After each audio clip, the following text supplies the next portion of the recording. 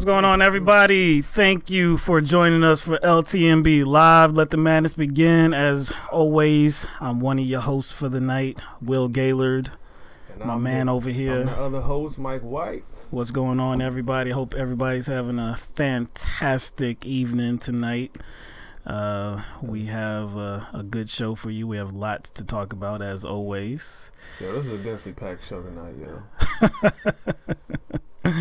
Yeah, man. We got a lot. We're gonna have to go through these like DJ Khaled. Yeah, exactly. And another man. one.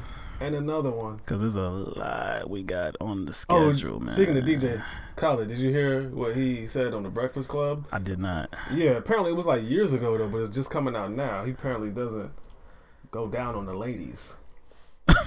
I did not hear that. He was very explicit about it too. This was a couple years ago, you said? Yeah, it was like a couple years ago, but nobody said anything about it. But all of a sudden it starts coming out. Oh, so it happened a couple years, but it came out came now. out like or a couple weeks ago. Publicized now. Publicized, yeah, it just came out. He was like, nah, he doesn't do that. He's like, that's not something he does. But he didn't really give a real good reason. But he did say that he deserves head, though, because he's the king. But you know what I'm saying? That's man mentality. I don't know, man. That's Khaled. Yeah. His own special kind of, belief. Something's going on. We don't see anybody that's in the stream, but we do see some comments. Yeah, that's kind of impossible. Yeah, so we have no idea how many are actually in the stream. You try refreshing that junk? I already did. Dang. I already did. Let's see. Nothing's different. Yeah, that's it. Had to be a YouTube thing. It would definitely have to be a YouTube thing, man. All right. Well, let's just make sure that let's have like a little roll call. Yeah, I mean, like, just so we can you hear us? Can you see us on YouTube? We can see people on Facebook. What's going on, Julie? We talking like Julie's talking about on Facebook, but we're having an issue with seeing an accurate count of how many people watching on YouTube. Facebook's fine; it shows us. We can see that, but it just jumped to 22. Oh, okay. All of a sudden, all right. Yeah, that does. I don't think 22 people just jumped on instantly. So. Yeah, I don't think like so. that. So okay, so all right, YouTube is catching up, thankfully. But YouTube is tripping, man. Yeah, I know it be tripping sometimes. You know how it do. All right, all good. Okay, good. What's going on, Jay? No. I cannot hear or see your Yankee hat. Dang, dog. Hate him, man. They don't exist to him, man. I know they sitting in first right now. I know they sit in first place in all of Major League Baseball. I know. I know the hate is rampant. I know how it goes. There's nothing wrong. What was that, Jay? There's nothing wrong with hating on the evil empire. All right? I got your back, dog. I got your back. Hey, I understand, man. Nothing wrong with hating on Gotham City, dog. I think things are going on in New York. You know what I'm saying? How they do in the Bronx and stuff. You know what I'm saying. Anyway, all right. Let's get to a little bit of information. All right, so today, Gina Haspel, a.k.a. Bloody Gina, was confirmed by the Senate to be the next director of the CIA. She will also be the first woman to ever serve as director. So, yeah, good job breaking that glass ceiling and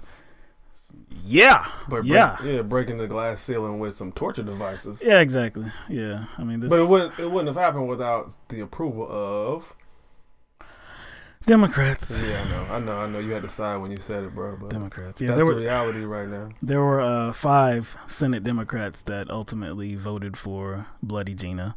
They were Senators Mark Warner, Heidi Heitkamp, Bill Nelson, Joe Donnelly, and Joe Manchin, all of who are somewhat conservative. Somewhat, yeah, moderate. Yeah, I mean, I'd say probably Bill Nelson is probably the most liberal of the group, I believe. But the others are quite conservative and on a host of issues. Like, I think it's pointless to blame Republicans because we already know how they were going to vote. Oh yeah, you know what I'm saying? No doubt. It was essentially party unity. Yeah. With them on confirming her. Yeah. They needed Democrats to get her across the finish line, and that's the point. To me, it doesn't matter that the majority of Democrats were against her, but there wasn't enough party unity to kind of come together so she Right. would not get confirmed.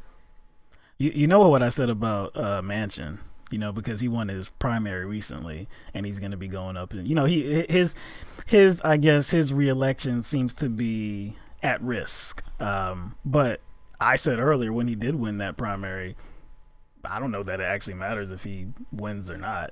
I mean, there's going to be a Republican in that seat either way. Him or Republican. They're both Republicans. They're both Republican. One is a Democrat in name only. Yeah. So John McCain, he was not there, but he told everybody who was listening that it wasn't a good idea to vote to confirm her. And Rand Paul, I believe, voted against her as well. So they needed Democrats, and they got them.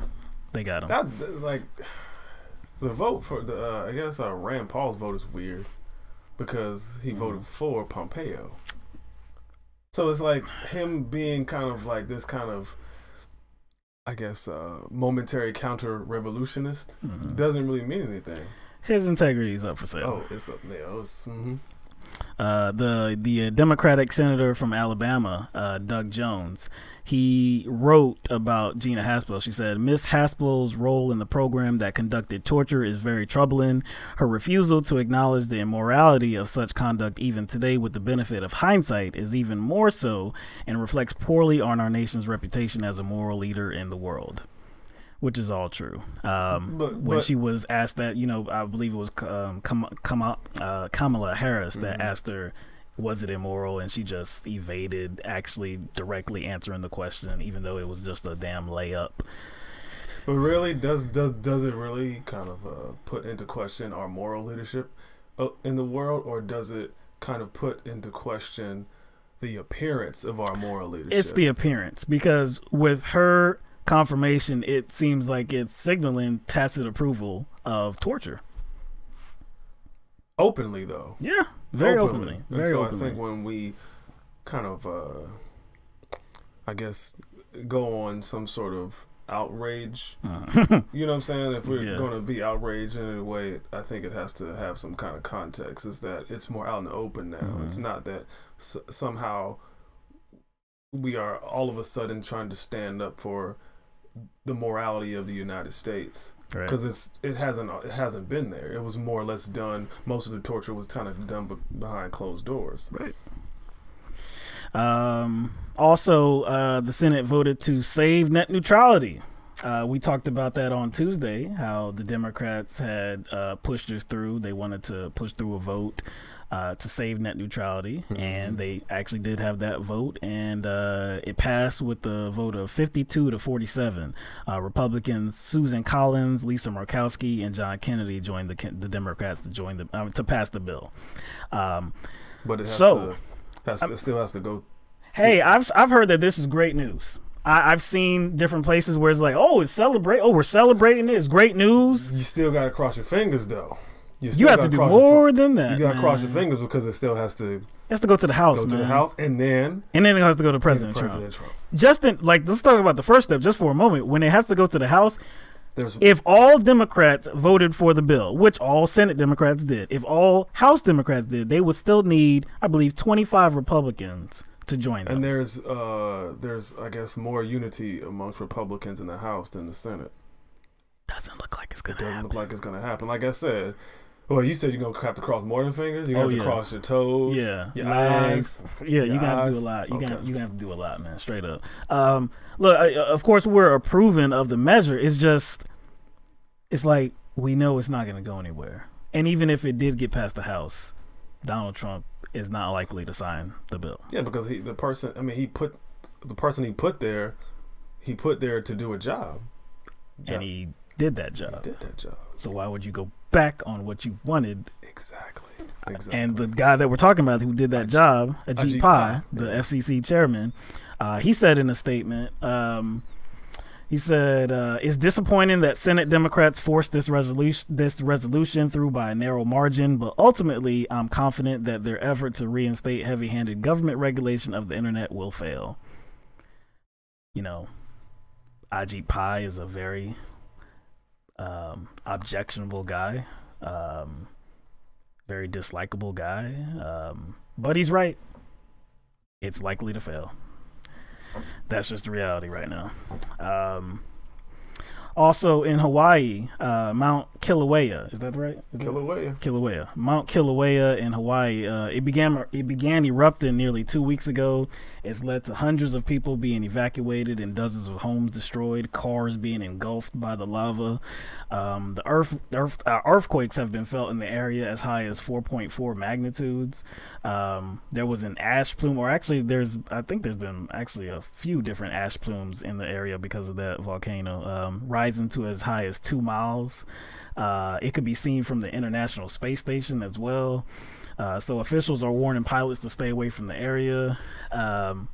The volcano has also been spouting out like rocks and boulders like the size of kitchen appliances, like some weighing just a few pounds and up to more than like 1 ton, like a few tons. Yeah, I saw some footage of that, man. Some people have been getting some real good footage, like taking risks to get this good footage. Too many risks. Getting right close up to the situation, man. I saw a pretty close camera footage of they were on a boat. No, I didn't see that one. I saw a car that was just sitting on the road. Oh, and it was coming. It was the Mustang. Yes. Yeah, you saw. Yeah, the Mustang. My gosh, man, completely destroyed it, man. Just like in seconds, man. Nah, like the footage that is kind of the most breathtaking is the footage off the coast where like there is gushes. Looks like water fountains of lava coming out the side of a mountain. That's crazy, man. It just looks like a movie, man. It looks like a movie. It looks like a movie scene, man. It's crazy, man. Be careful out there, man. New poll from SurveyMonkey says just 13% of people believe President Trump is honest and trustworthy. I don't even know why I read that because that's not really news, is it? That's the thing. Probably like even people who voted for him, probably thought he was trustworthy, but because he was different, then they still voted for him. So that by this point, it's not news, but given that people did believe what he was saying, and like I guess it's kind of harder to judge. It's not completely impossible, but it's harder to judge his trustworthiness when he was a businessman because he wasn't in the public eye. Right. Now that he's in the public eye, you know, everything he says and does is going to get scrutiny. So it's going to be covered over and over again. So people have you have to be deaf and blind. You know what I'm saying? You have to be. You have to be deaf and blind to think that he is trustworthy. Yeah. I mean, he lies all the time. And one of the most recent lies that I saw was when he was speaking about giving the military raises. Did you see that? And he said it's the first one they had in 10 years. In 10 years. When they get raises every year. And actually the raise that he is implementing was less significant than under Obama. Yeah. But, you know, of course he's not going to tell you that. All right. Another piece of information, childbirth rates in the U.S. have fallen to a 30-year low, with only 3.8 million births last year, and that's according to new numbers released by the Centers for Disease Control and Prevention. So that is overall a 2% drop from 2016. And that's like demographically, it's about like, is it just like across the board? It's across the board. Yeah. This is why the topic of abortion is so important, right? Exactly. Oh yeah. So let's talk, because when you talk about abortion, you might want to talk about teen pregnancy as well. Right? That's the focus. You know what I'm saying? Okay, so let's talk about teen pregnancy. The teen birth rate was 18.8 births per 1,000 women, age 15 to 19, and that was down 7% from 2017. And it's actually been going down consistently since the 80s. Yeah. Since 2007, the rate has declined by 55% overall, averaging about 8% every year. That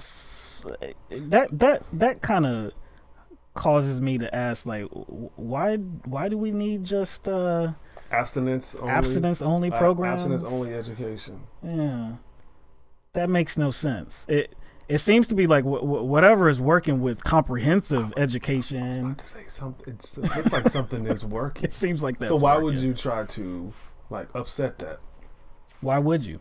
And you remember there was a story that we covered a few weeks ago with the Trump administration. Well, they got shut down because a federal court in Washington, D.C. ruled against them because they had cut grants for organizations that were participating in the teen pregnancy prevention program. Iowa, right? No. That was something else. Yeah, that was all. We covered a story with the governor from Iowa. That was the heartbeat bill. Oh yeah, bill. But there were several organizations that were getting grants to do something about the teen pregnancy rates, and the Trump administration had cut their grants 2 years ahead of 2 years before it was set to expire. Now, why would you do that again when they're trying to help the situation? They're trying to decrease the numbers of teenagers that are getting pregnant. Why would you cut that kind of funding? That makes no sense. But luckily, because it's not about what they say it's about, it's more about control. Yeah. But luckily, that federal judge ruled against them. Because if the stats, they got their money. If the stats and the numbers don't match up with their fears and their attitudes, then it has to be based on something else other than them being like pro-life. It just has to do with them being pro-control. And see, look, I can't say how many times my mom has said this too about abortion being more than just like wanting to save the life of the child. It's, if you want to talk about white people, they want to, certain white people, they want to, I guess, preserve their control over this country, and more white births will help facilitate. Well, that's actually something that you've heard a lot of conservative representatives explicitly say. That we are being outpaced. Yeah. Our birth rate is being outpaced. Right. You know what I'm saying? So essentially they have an incentive, a more of like a nationalistic or nativist incentive to try to force women to have babies because they don't want to be outbred because they feel their numbers are on the decline. That's right. I know one idea. There's one thing that maybe could be done to help facilitate growing the number of births in this country across the board, since across the board they're down. That would be to help the economy, actually stimulate the economy, not like through the Tax Cuts and Jobs Act. I'm talking about actually stimulate the middle class. But isn't that an irony though? All these conservatives whining about people women not having enough babies. They're whining about birth rates being low or being outpaced by Mexicans. But like all the while they are creating the conditions. they create the conditions where people essentially don't want to bring life onto this earth. It's a giant contradiction. Because if the economy gets better, I guarantee you people... of course, you will see much more people having babies. And not just having babies, but having more than like one or two. They're shooting themselves in the foot. Or, I'm not going to say that. I'm not going to say that. I was going to say something else. I see where you're going. Yeah. All right. So the state-run Korea Central News Agency, KCNA, they published a statement. Sorry, Dawson.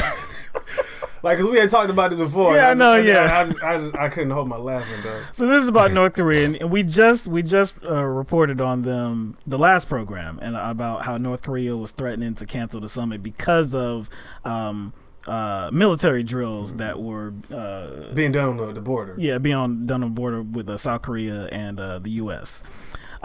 So they did cancel the summit with South Korea that was scheduled to be done yesterday on Wednesday. They canceled that one, but they only threatened to cancel the upcoming summit with the U.S. Next month. It makes sense that they threatened to cancel the summit with South Korea first, right? Because South Korea Moon Jae-in was kind of the facilitator, and then we have a base over there too. Yes. So Kim Jong-un's stability is still contingent upon the military base that the United States has in South Korea. So I can understand why he would be like, okay, look, South Korea, right?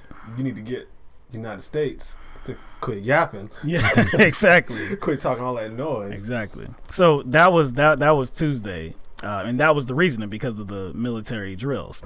All right. So now it's about, in addition, it's about something else as well.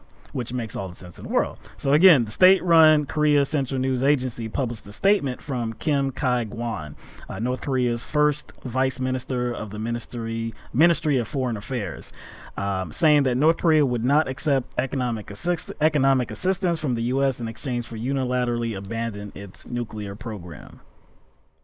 This is an exact quote from Kim Kai-gwan.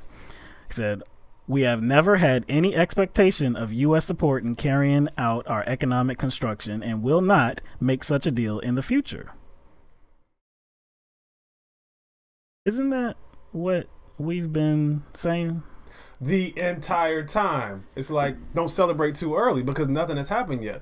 As of right now, there's a month left until that summit occurs. You know what I'm saying? So there have been multiple people, like, of course, multiple people in the media. There's been multiple regular, everyday supporters of Donald Trump saying, "Hey, yeah, he's this peace leader. He's trying to bring peace to the world, and oh my gosh, he deserves so much credit." Yeah. When we're saying, like, hold on, you're telling me North Korea, who all along the way, it seems like they're scared or they're fearful of an invasion by the U.S. or anybody else, right?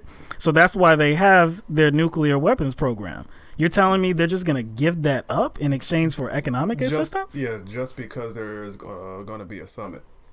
We saw the reaction from his base and the media outlets that kind of throw red meat at his base. Mm-hmm. Many articles had language like single-handedly. Yes. Single-handedly responsible. You know what I'm saying? But to me, this is funny because now that I think about it, I think that Kim Jong-un planned this from the jump. I think he knew that Trump would poke his chest out and like see himself as the diplomatic champion concerning this summit. And he knew that people would kind of piggyback off of that, piggyback off of Trump's boisterousness. Because I guarantee you, if Trump wouldn't have reacted in that way, I don't think his base would have reacted. You know what I'm saying? Because Moon Jae-in is who gave him credit. Yeah. But he only did that so Trump could come to the table. Right. I guarantee you, if Trump didn't poke his chest out and was like, yes, that was me, I guarantee you the media wouldn't have gone crazy. I guarantee you his base wouldn't have gone crazy. But he's also been seen at I think it was at least one rally, President Trump shouting Nobel. Dog, I'm telling you, dog. No, I think Kim Jong-un. We've already said that we think it's kind of like weird to try to like gauge both of these two's megalomaniacs. It's kind of hard to like compare the two and to say which one has the most level head when they don't have a level. Neither one of them have a level head. Yeah. But like, I think he knew Trump was going to poke his chest out. Like he's like the hero. He's the hero of all this. Yeah. And think about who Trump is. There's no way he wants to give that up, right? There's no way he would want to give that up because, like, if Un threatens to pull out, which he did, what he does is set up a possibility that Trump could fall on his face. You see what I'm saying? That's a threat to Trump. So now he pulls out. So guess who has the power now? Guess who has all the leverage now? Kim Jong-un. Yep. Because he set it up that way to where Trump made himself the hero of all this.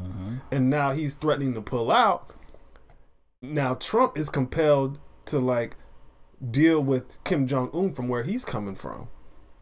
Because he's like, oh no, don't pull out. Shit, I'm gonna look like a dummy.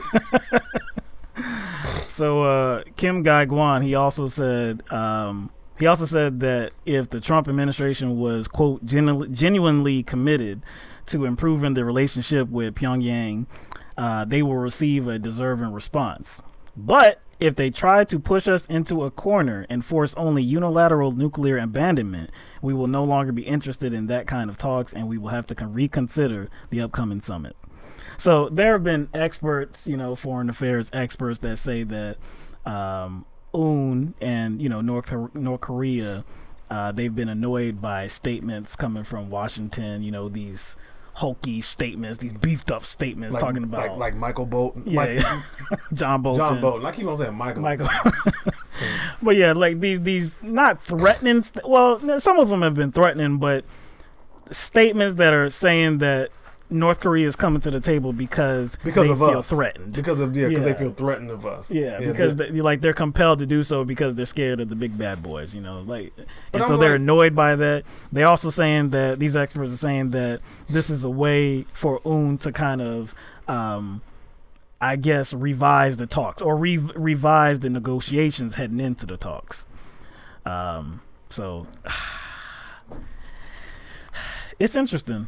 Like we said, there was no way none of this made any sense that UN would just unilaterally just disarm himself. Yeah, because he still doesn't. He feels threatened. Again, not just threatened, he still doesn't trust the United States. Why would he, right? It's like all of a sudden we're having a summit and all of a sudden he trusts the United States. Right. You know what I'm saying? So last month, too, your boy John Bolton, the National Security Advisor, he had talked about the Libyan model. Using the Libyan model with North Korea. And so President Trump, he seemed to counter that argument, even though I don't know if they were actually talking about the same thing. They may have.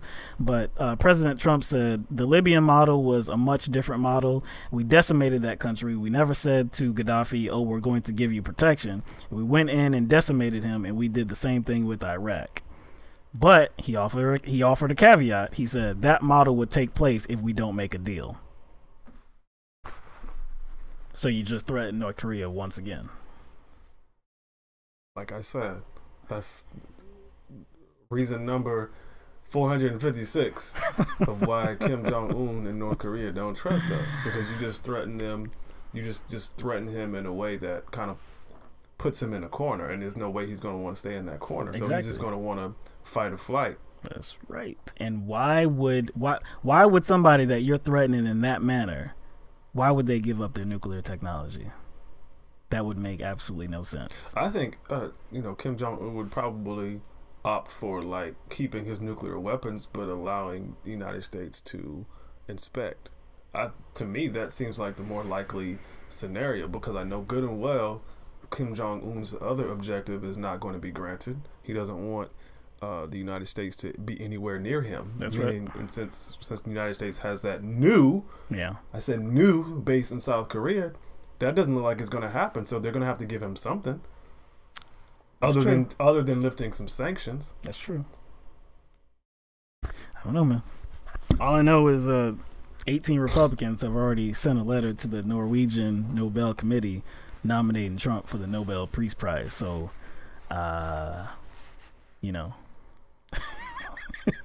seemed a little bit premature. Just a tad premature. Just a little bit.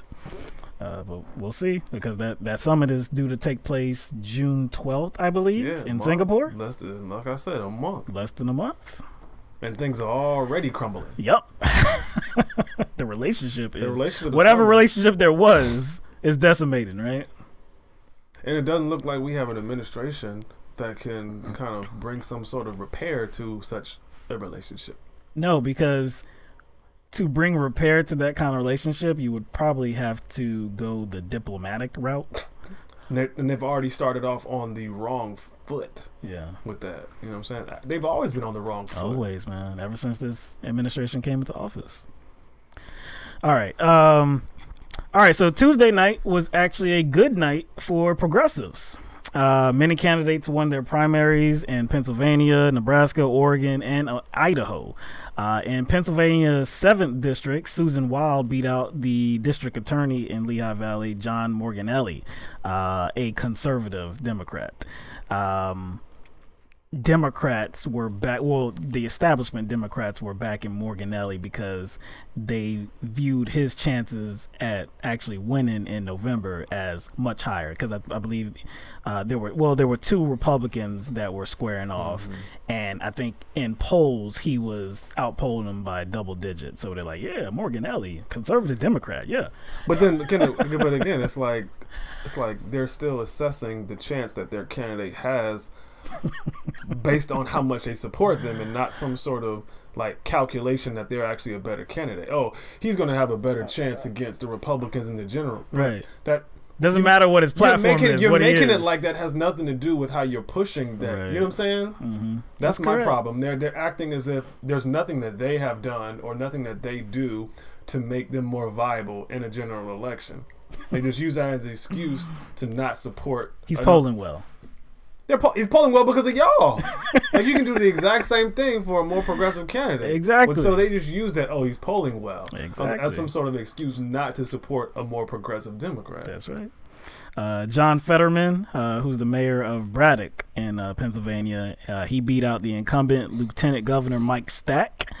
And he was endorsed by Bernie Sanders back when in 2016. Fetterman had endorsed Bernie Sanders. You said that was Lieutenant Governor? Yeah, Lieutenant Governor. That was Pennsylvania? Yeah. Mm-hmm. I think the Republican incumbent finished 4th. Good damn. Yeah, the Republican incumbent for that position finished damn 4th. I was like, and usually incumbents don't get challenged, but he finished 4th. I'm like, God dang. Yeah, man. There was some wild finishes, man. Some of these progressives, like, they won their races by wide margins. Mm-hmm. Summer Lee, who is from the Democratic Socialists of America, she beat out incumbent State Representative Paul Costa. And there was another member of the Democratic Socialists of America, Sarah Innamorato. She beat out incumbent State Representative Dom Costa, who's the cousin to the other Costa, Paul Costa. I think the Democratic Socialists of America won 4 out of the 5 races they participated in. Damn. Yeah. It's crazy, man. Mm-hmm. Also in Oregon, former state representative Shemia Fagan, she beat incumbent state senator Rod Monroe by a very wide margin. I think she got 2/3 of the vote. In Idaho, Paulette Jordan, she's looking to become the state's first Native American governor. She's going to face off against Republican Lieutenant Governor Brad Little in November. That's going to be an uphill battle, though, even though that she won. That will be a very much an uphill battle. That's, what is that? Is Idaho? That's Idaho. Idaho is a very conservative state. It's, man, I don't know what it, here in South Carolina. Like South Carolina or Idaho. It could be Idaho. But see, we've been living here all our lives, yeah. So we might have a different perspective because we're here. Yeah, there's less black people in Idaho. That's an understatement. I know that less. much. That's an understatement. I know that much, but yeah, like you said, it's going to be an uphill battle. But it just depends. It's a good sign. It depends though. on voter turnout, though. Yeah, it's going to have to be that youth vote that helps. Because I think in Pennsylvania, the voter turnout was ridiculous. Like, I think Democrats casted like 100,000 more ballots than their Republican counterparts. Huh. Now, you might, like, a lot of people may think that has something to do with Republicans, incumbents not being challenged, because that does affect voter turnout. It does. But there's a lot of Republican incumbents who did get challenged, so I don't know if that's it. Because there was a county, there was a district that Trump won, where I think the voter turnout was like 5,000 more, just one district. Right. I think it's safe to assume at this point in time that between the two parties, Democrat and Republican, there is more enthusiasm on the Democratic side right now. But why is that, though? Mugs are in a rush to get rid of, I guess, Trumpian ways. True that. And I guess, like, well, speaking about Pennsylvania, we did a story a few weeks ago about the redistricting efforts by the governor and two parties. Well, actually, it was by the Supreme Court, really, because they didn't want to either both parties couldn't come to some sort of some agreement to redraw the map.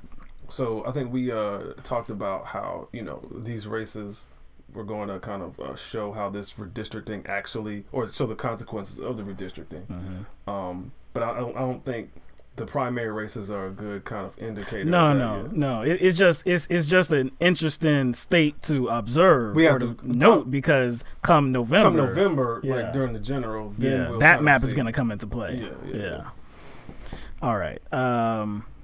All right, yeah. So also in Nebraska, Kara Eastman, she beat former Representative Brad Ashford in the 2nd District for the U.S. House of Representatives. The DCC had backed Ashford because they believe he could beat Republican Representative Don Bacon, the incumbent, I believe.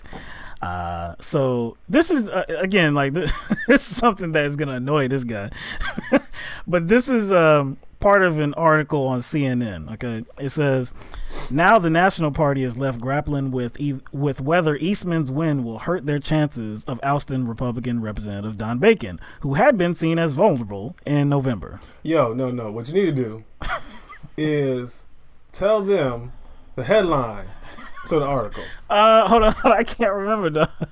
If you don't remember, I got it. Yeah, I can't remember. Oh, it says it's the headline to the article. This is the way CNN framed. I forget. I didn't even pay attention to the title. I missed it. I just completely missed it. Yeah, I did. I missed it too. And then when I went back and looked at it, I was like, these motherfuckers. Like I said, oh yeah, CNN framed her victory as, this is the headline. It said Democrats' anti-Trump resistance scores a big primary in Nebraska. You said Democrats' anti-Trump. It says yes. Democrats' anti-Trump resistance scores a big primary. Democrats' anti-Trump resistance. When that had little to do with her victory. There's absolutely nothing in the article that showed that she had some sort of anti-Trump platform. She ran pro-choice, fair wages, Medicare for all, prison and environmental reform. You'd be hard-pressed to go on her campaign page and see anything about anti-Trump. You don't find anything about Trump, actually. I think a Nebraska news channel did an interview with her, and they actually asked her if Trump, I guess, should be impeached. She said it was too soon. And she also said something like, this is like paraphrase, it's not exactly what she said. She said, we need to start holding Donald Trump accountable for his actions, ensure we are progressing as a country. And she quoted, the current administration is doing things to hurt the country. That doesn't sound like an anti-Trump platform. And again, if you go back to the headline of the article, it makes less sense because that's an establishment position. Yeah. Like, was she part of the anti-Democrat effort? Yeah, she wasn't. So because the article goes on to say, what does it say? Basically me riding on the coattails of what you just said, the establishment was disappointed. Yes. Because they wanted Ashford to win. Yeah, exactly. So in the article, the headline is the anti-Trump Democrats get a big victory. That's the headline. But in the article, it notes that the establishment Democrats are disappointed. Right. So how does that even make sense? If the establishment is disappointed, that means that they didn't win. They didn't win. Exactly. So why did the article present her victory as being one of the establishment? It's almost like they're trying to almost, I guess, throw shade on her victory. Or not, actually, no. It's like, I would say co-opt her victory. Yeah, yeah. And I would assume. Well, no, I can't assume it. But in 2016, when Bernie Sanders lost the nomination to Hillary Clinton, what was the establishment message? Oh, we must come together. We're on the same side here. We're family. We got to unite. We got to go against Trump, right? Oh, that's right, because they're a big tent party. Big tent party. This family. Party. Big Blue. Big Blue, man. So, hey, the same thing better happen, right? So, really, they shouldn't be disappointed because why would they care who wins as a Democrat, right? We all, what did you say? What was the common narrative coming from the establishment Democrats about Hillary Clinton and Bernie Sanders? They agree with 97, 95, 97% of everything. Like, there's a small percentage of differences. So really, they're the same candidate. Well, that would probably be the same thing with Ashford and the winner, Kara Eastman, too. So all you have to do is put everything you have behind her, and she should win by probably the same margins. The article states that the Democrats have to assess whether to invest heavily in Eastman against Bacon. That's your answer. See, now they have to assess. But what the? All right, what do they have to? What assess, would you have though? to assess? But so, because I guess CNN or the writer to this article pretty much concluded that now that the race, now that Eastman has won the primaries, they were leaning in the general election as a toss-up. That's where they were leaning. Now they're saying it's leaning to Bacon. That's what CNN's assessment was. But they're making it like that assessment has nothing to do with the Democratic Party not wanting to push Eastman. And you pushing that message to all the voters too. Right in that article. Yeah, they're only scared. They're only scared. Exactly. They're only scared that Eastman is not going to, I guess, compete with Bacon because they know they're not going to support her. That's why. Right. But I guess one positive, takeaway from this race is the DCC didn't smear Eastman. Right. So the Republicans can't use that against her in the general election. They didn't run some sort of smear campaign. They kind of had a hands off. Yeah. Look, that particular race right there coming in November, that is going to be very important to watch coming these next few months to see what the Democratic establishment actually does. How much weight are they gonna actually put behind Eastman?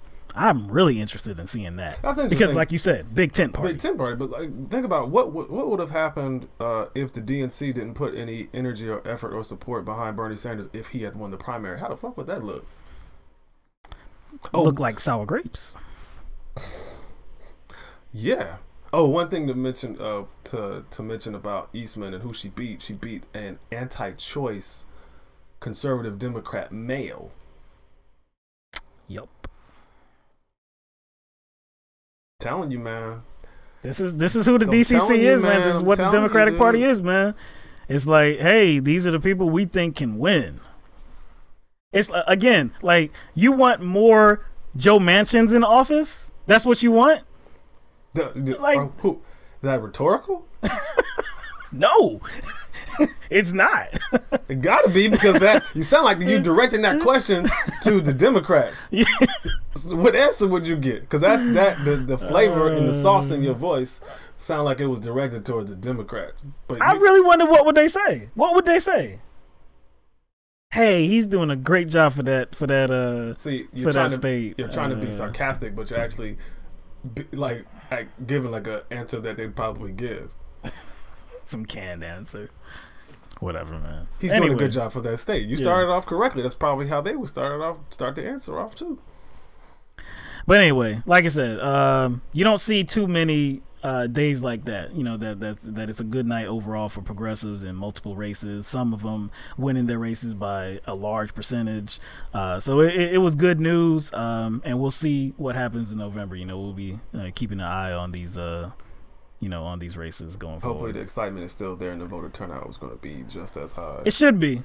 I know excitement will be. I think excitement will be just as high. The question is the establishment backing. That's the question. You know that these mugs are butthurt, man. You know these mugs are butthurt. That's why they're trying. That's why they're trying to assess. But they got no right to be, man. They got no right to be when Hillary Clinton won the nomination in 2016, and virtually all of the Bernie Sanders supporters voted for her. A huge percentage of his supporters voted for Hillary Clinton. You can't be butthurt.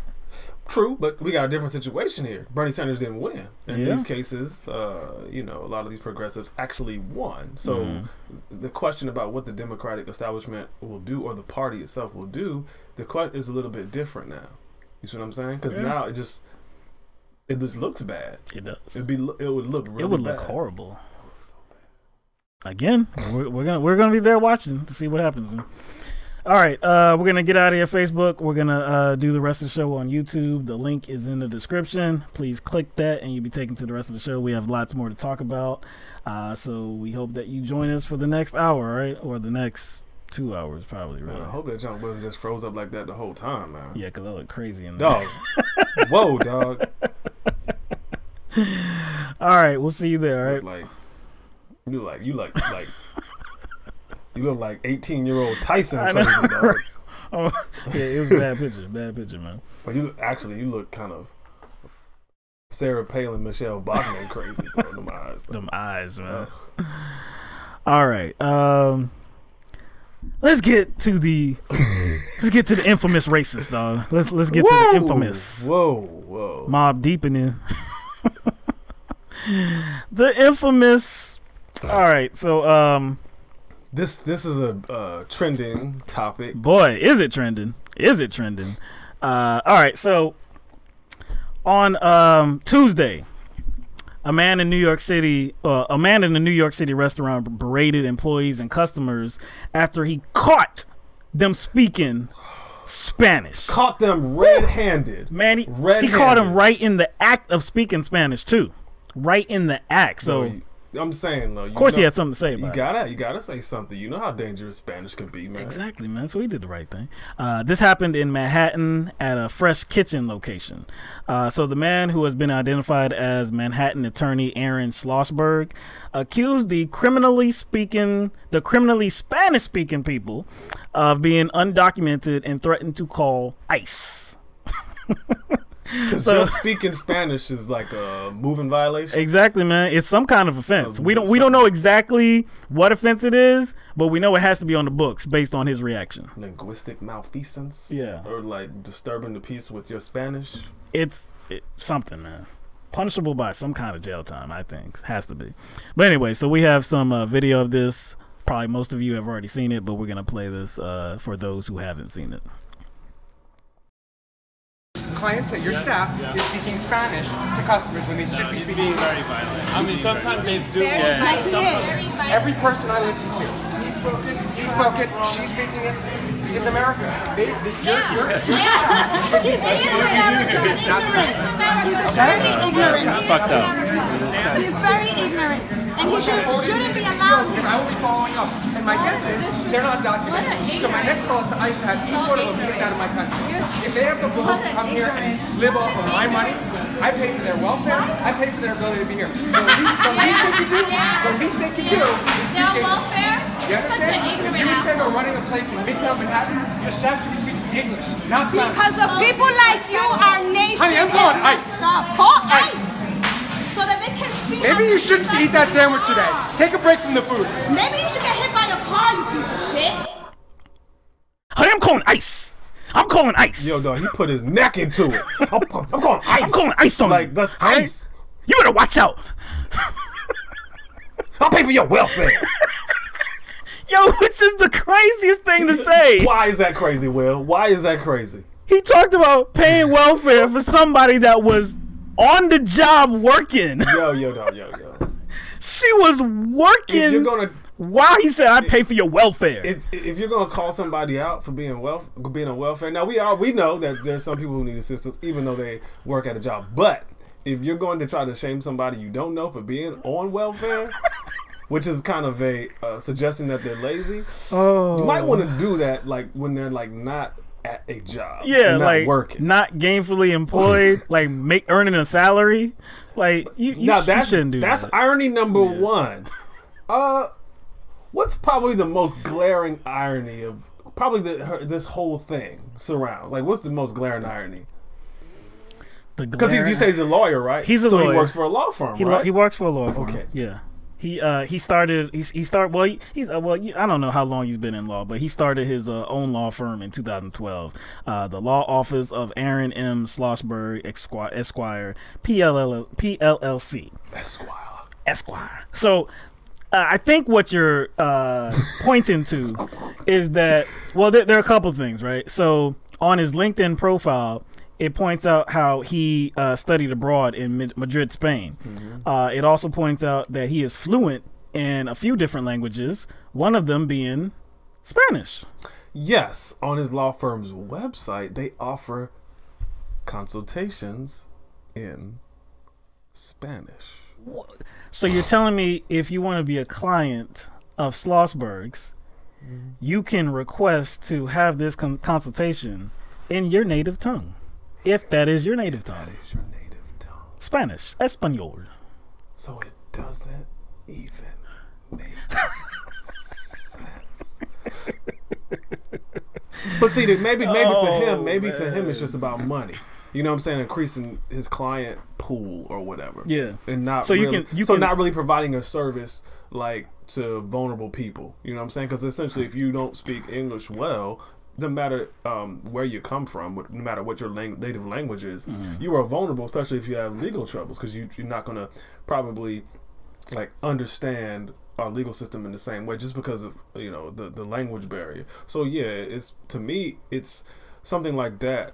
It's supposed to provide a service for people who are, you know, in a vulnerable position, which people who don't speak English are in a vulnerable position. So to me, it doesn't seem like his perspective is one of servicing and more of just trying to create more of a customer base or more pool. It seems like if he's trying to make money, then it's okay for him to speak Spanish. But you, who look like you may be foreign and you speaking Spanish, nah. But how does you he need know? to be here in America speaking English. But number one, how does he, like, how can he just walk up to somebody and be like, you're undocumented?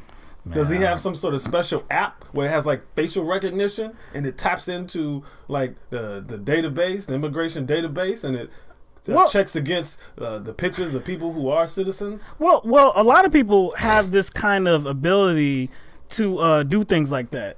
They have a special like a type clairvoyance? Of name. Yeah, they have a special kind of name. They're called bigots. Oh, I thought you were going to go like he was like a psychic. Oh, he was clairvoyant. No. He's a psychic bigot. Yeah, just a bigot. Can't be a clairvoyant bigot? Just a bigot. Just a bigot. Okay. Just a bigot. Okay. Yeah. But anyway, the video was taken by Emily Serrano, and it was posted on Facebook by Edward Suazo. Serrano is Edward Suazo's wife's best friend. So it was them two, the wife and Emily Serrano, that were speaking to a waiter when Schlossberg angrily interrupted them and demanded that they speak English. So this was not the only instance in where Schlossberg has been captured on video.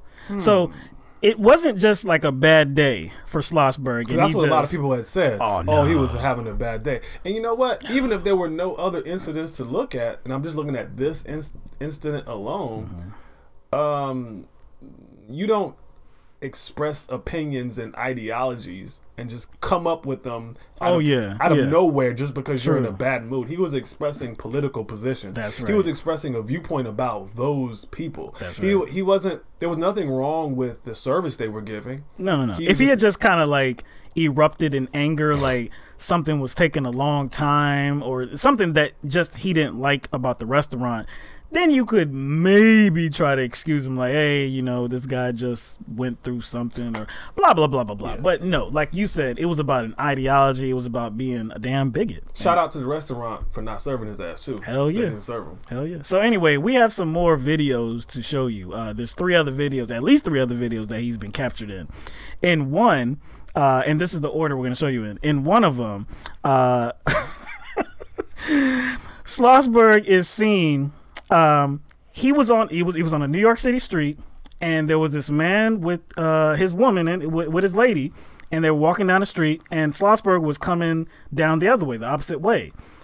This guy says that there was lots of room on the street, but Schlossberg, when he kind of came to him, he had a beeline right to him, and then that interaction ensued, and you'll see what he had to say. This is probably because we have another clip after this one too. Yeah, right? Well, they're all together. I'm gonna lay them all out. So the second one, it was at a protest, right? And he's seen with other supporters of Donald Trump. One guy's wearing a MAGA hat, "Make America Great Again" hat. And he's like just aggressively arguing with people. At one point, he said that Donald Trump was telling the truth about rapists coming from Mexico and blah blah blah. You'll see that. And in the last video, he appears at a rally. It was like a rally for Jewish people that were supportive of Palestinians. But he was on the other side of that. He was a counter. He was a counter rallyist. I'm surprised. Yeah, and he had some very disparaging things to say about those people. So, let's show you this clip. What country you from? Who are you? I'm gonna call the police. You don't run into people. I'm a citizen here. You're not. You're an ugly foreigner. So you. I don't know this guy at all. Not that I'm on. I don't know this guy at all. Just gonna get a quick picture. Don't worry, dude. I've got you on video. sensationalized, right? Do I look like I'm losing? I'm winning it right now. You're losing. You sound like I'm smart. You didn't call Mexican racist. You said the people coming over here are racist. Right. The Mexicans, you know. They are Mexicans. You're the racist. Yes. Some of them are. Some of them are. Don't put your fucking face on it. You are not a Jew. You are not a Jew. You are not a Jew. You are not a Jew. Are you a Jew? I've been to Israel twice. Yeah. You don't stand me. So, Wow. First I want to apologize to Mr. Schlossberg. Schlossberg. Yes. For prejudging him based on that one video. Yeah. I hadn't seen those others. So I want to apologize for prejudging him, right, Aaron, because I thought he just, had a problem with Spanish-speaking people and Mexicans. So I just want to apologize for prejudging him. Because it goes further than that. Yes. So I kind of have to, I guess, state my reassessment of him. So yes, I prejudged him incorrectly. And so now, after viewing those other videos, it's not just Mexicans. Right. It's all brown people. Yes. It seems like it is. So yeah, that's my reassessment. So now, he hates all brown people. There's been a wide effort to make this guy famous or infamous for the things that he has said, and I congratulate that effort because it was just only after, it was only, I believe, a few hours after the first video with him at the Manhattan restaurant came out that his identification came out, and people were able to learn what he did for a living, where he worked. I believe it was this morning. These pictures were taken by, I believe it's the New York Daily News. They were outside. Oh, he looks so cute. With his I believe it's outside his home or his elephant his office, maybe. I'm not sure, but he's trying to hide behind the umbrella. His P. Diddy Farnsworth Bentley umbrella. This is way too funny, man. This is way too funny. But I just, man. Well, but one thing that stood out to me when he was arguing with that one dude, the first dude, he says, "No, he didn't. He didn't call." Okay, that was the second video. He was like, because he talking about Trump, right? It was like he didn't call Mexicans racist. He just said the people who were coming over here were racist. A rapist. He didn't call Mexicans rapists. He just said the people who were coming over here were rapists. I was like, that's the same thing. But he said it with such confidence, he didn't realize. I was like, that's the same thing. In the first video, again, like I said, he made a beeline for the guy and was like, "What country are you from?" Because obviously he called him an ugly foreigner, I believe. Foreigner. But see, again, I'm telling you, I'm trying to explain it to you, Will. Sure. He must have sensed something. He had some sort of bigot clairvoyance. So he senses it somehow.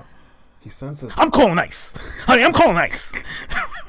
This dude, I just, when I see all these videos, I just automatically think to myself, man, I wonder what it is like to be around this dude daily, or even how it was for him coming up, being in his presence.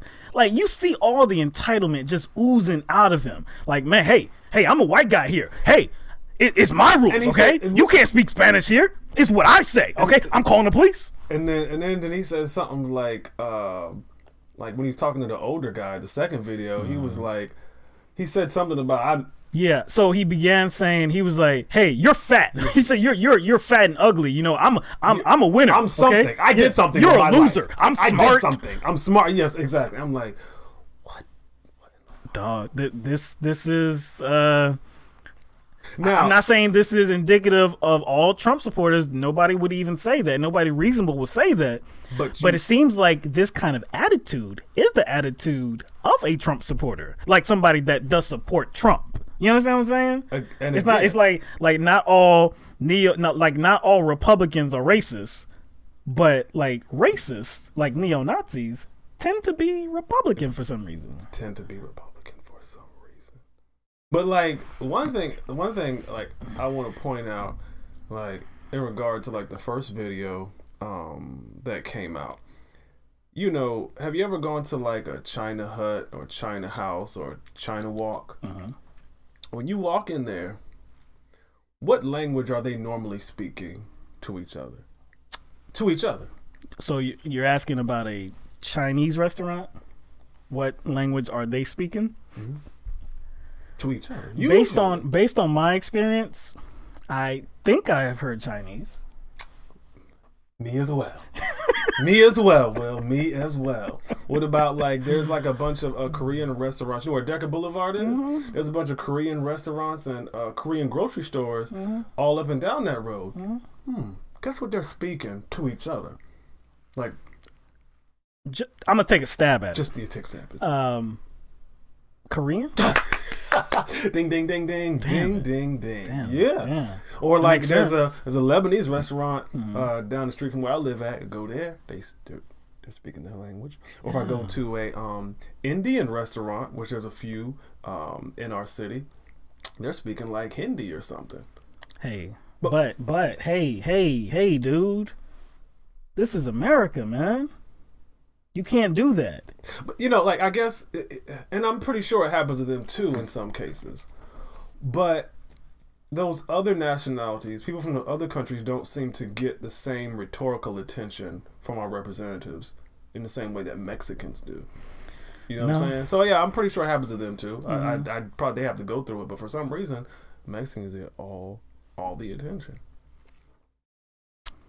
But I think it's a bigot way, man. The bigot way, dog. The bigot way. Yeah. I mean, I don't think he's going to be memed like Barbecue Becky. Well, he's way too aggressive. He's way too aggressive. I don't think he's going to be like memed like Barbecue Becky, but I think there's the people, the public has been doing things to kind of like throw shade at him. Oh yeah. So apparently people have been like going on Google. And altering the listing of his firm and listing it under the Mexican restaurant category. And I forgot where I read this, but people have been going on Yelp and reviewing his firm as a Mexican restaurant. That's funny. There's also a GoFundMe that is trying to get money together to send a mariachi band to his office. Yo, man, that's troll level 5,000 right there, man. That's troll level 5,000 right there. When the New York Daily News was outside his office early this morning, he called the police, and he claimed that the Daily News reporter and photographer were harassing him. He said, "They're yelling, they're claiming things that aren't true. They're grabbing my personal items, defaming me. I can't even move because they're blocking me." Oh, so he's talking about being harassed. He's talking about being harassed. Poor Schlossberg. Yeah. Cry a little tear for him, man. Like now he's trying to play the victim. Oh man. It's funny, man. I mean, it's disgusting. It's absolutely reprehensible, abhorrent, his behavior and his words. But you know what? What's sad is that he's not the only one, man. He was just captured in video. He wanted to be captured in video. Like he was in that last video at the rally with the Jews. He's all in the camera. He was making sure that he was being seen and heard. So he's not afraid of. He's not afraid of being on camera. He's not afraid of approaching people in a very boisterous and an antagonizing way. So all of a sudden he's Mr. Shy Guy. He's trying to play coy now. Give my umbrella. Actually, like it was an umbrella in the picture, but you know, how my mind saw it. My mind saw it as like a blankie, like Linus or something. That's what I saw it as because he had his thumb in his mouth, dude. That's what I saw. That's what it looked like to me, dude. Poor bigot. The poor bigot. All right, let's move on, man. Even though that was very fun. All right. Shoot, where do we go from here? Let's see. Okay, let's go to the New York State Democratic Party, man. Big news out of the New York State Democratic Party. They are planning on making a major change to their party platform. At the convention next week, they plan on passing a resolution endorsing the legalization of marijuana. I think we kind of like hinted at like maybe the agenda behind this, the last live show, and it just seems a bit timely. It does seem timely, because who's the head of the New York State Democratic Party would be the governor, Andrew Cuomo.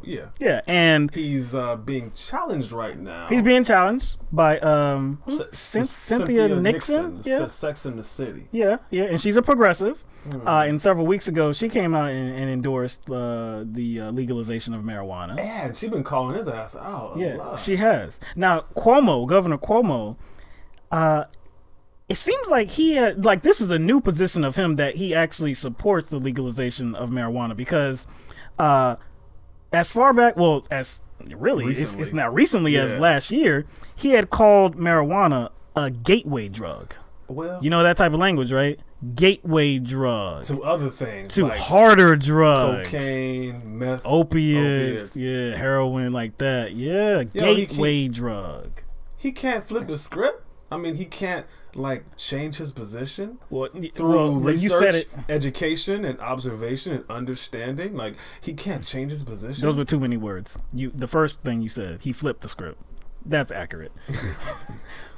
That's very accurate. Because, okay, so it was earlier this year in January that he actually he called for a study into the legalization of marijuana, and that kind of opened some eyes, raised like some eyebrows, like, hold up, this dude has always been an opponent of the legalization of marijuana. Now, I believe it was last year he did introduce legislation that would have decriminalized small amounts of marijuana, but that didn't go anywhere. It didn't pass anything. But that's half-assed. Yeah, that's very half-assed. Because that's kind of a loophole to me. That's a loophole actually for law enforcement. Yes, that provides a loophole for law enforcement to get past, stopping people. That's right. And small amounts, like decriminalizing small amounts versus legalizing marijuana, there's a giant gap between those two things. So it seems like his evolution is new and timely, like you just said. I'm trying to figure out, damn, what's ahead? What do we have ahead?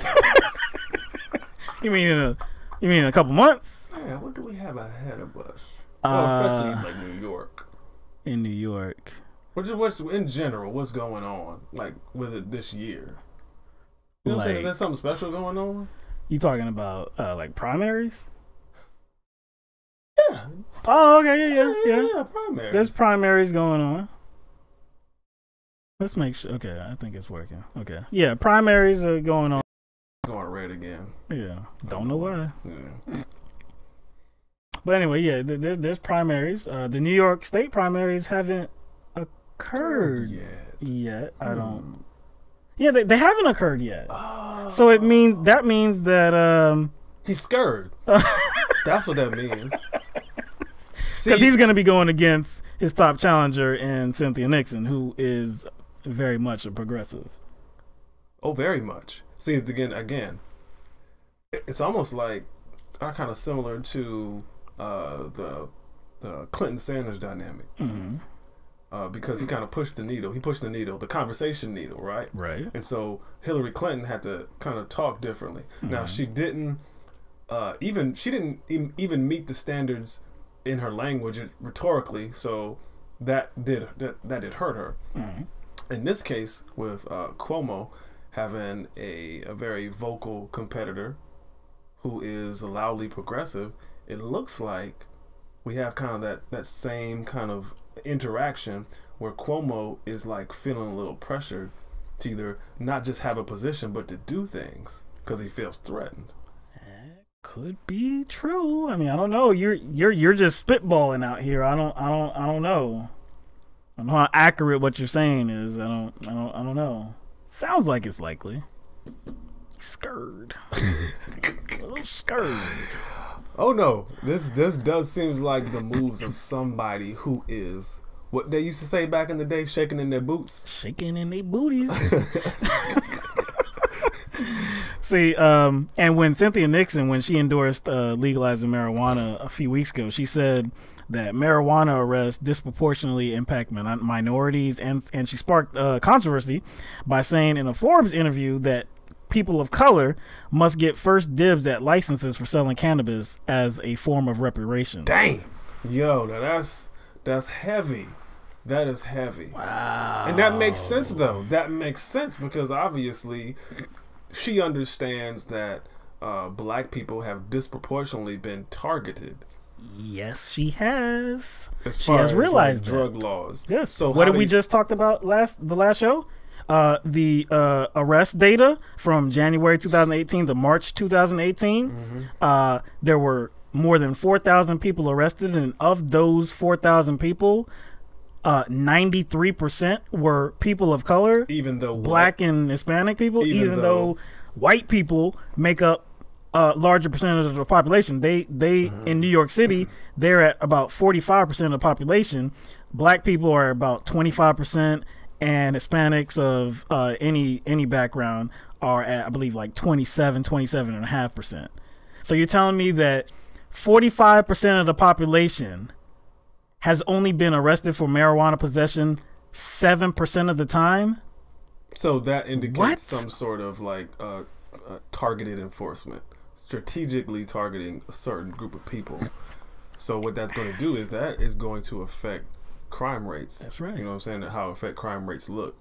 And so Cynthia Nixon, she understands that, and but that's a pretty bold statement for her to make, though.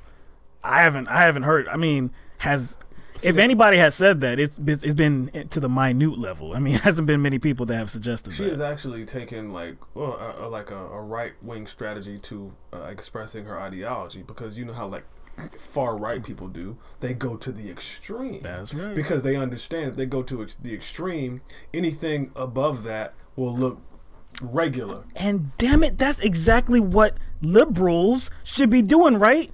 What do liberals do instead, though? Oh, let's crawl back to the center because we can't get anything done. Those Republicans are too extreme. We gotta crawl over here. We can't go too far to the left. Yeah. So again, Cynthia Nixon, like she's going real far to the left because I think like the same damn thing. I think she's being pragmatic here.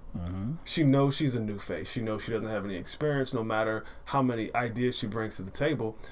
So she has to use this opportunity when she's running, like I guess to challenge the Democrats. So I think she understands that she could lose. So why not use this opportunity? So what I'm gonna do to push him, right? Push him. So I'm gonna like kind of be extremely to the left in explaining my platform.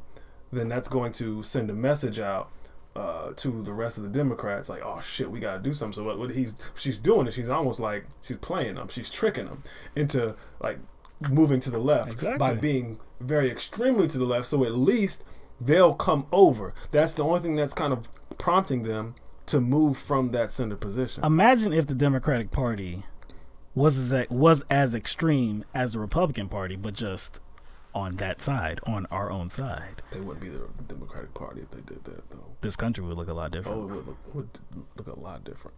Now, there's not all good news coming out of this, this upcoming convention. It's expected that a measure to allow independent voters to participate in the New York State Democratic primary is going to be shelved. They're not going to implement that, which is tragic. It's very disappointing because, as we have talked about on many an occasion, back in 2015, before the first Democratic debate, people in New York, people in the state of New York had to register as a Democrat before the first Democratic debate if they wanted to be involved in the primary. So that meant that if you had no idea who Bernie Sanders was, but then you saw him perform on that stage that night and you were like, damn, I didn't know somebody like this was running. Oh man, let me learn some more. Let me learn some more. Oh, let me change my affiliation. Let me change my affiliation to Democratic. What? It's past the deadline? Damn. Can't do it. So that's not even kind of a way of, I guess, indirectly or loosely disenfranchising voters in the Democratic Party. That's disenfranchising people who are, or leaning either way. They're on the fence, they're independents, or they're a part of another party.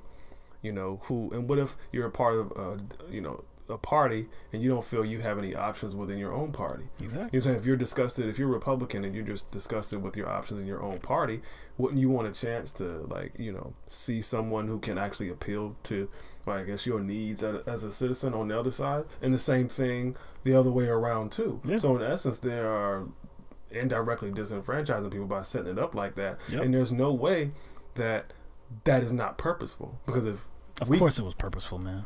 Of course it was. Of course it was, man. We knew that right from the jump, man. That's why we've been talking about it so many times. But again, they're not going to do anything about it. So they want to welcome more people into the Democratic Party? Bullshit. No, they don't. All right. Let's go.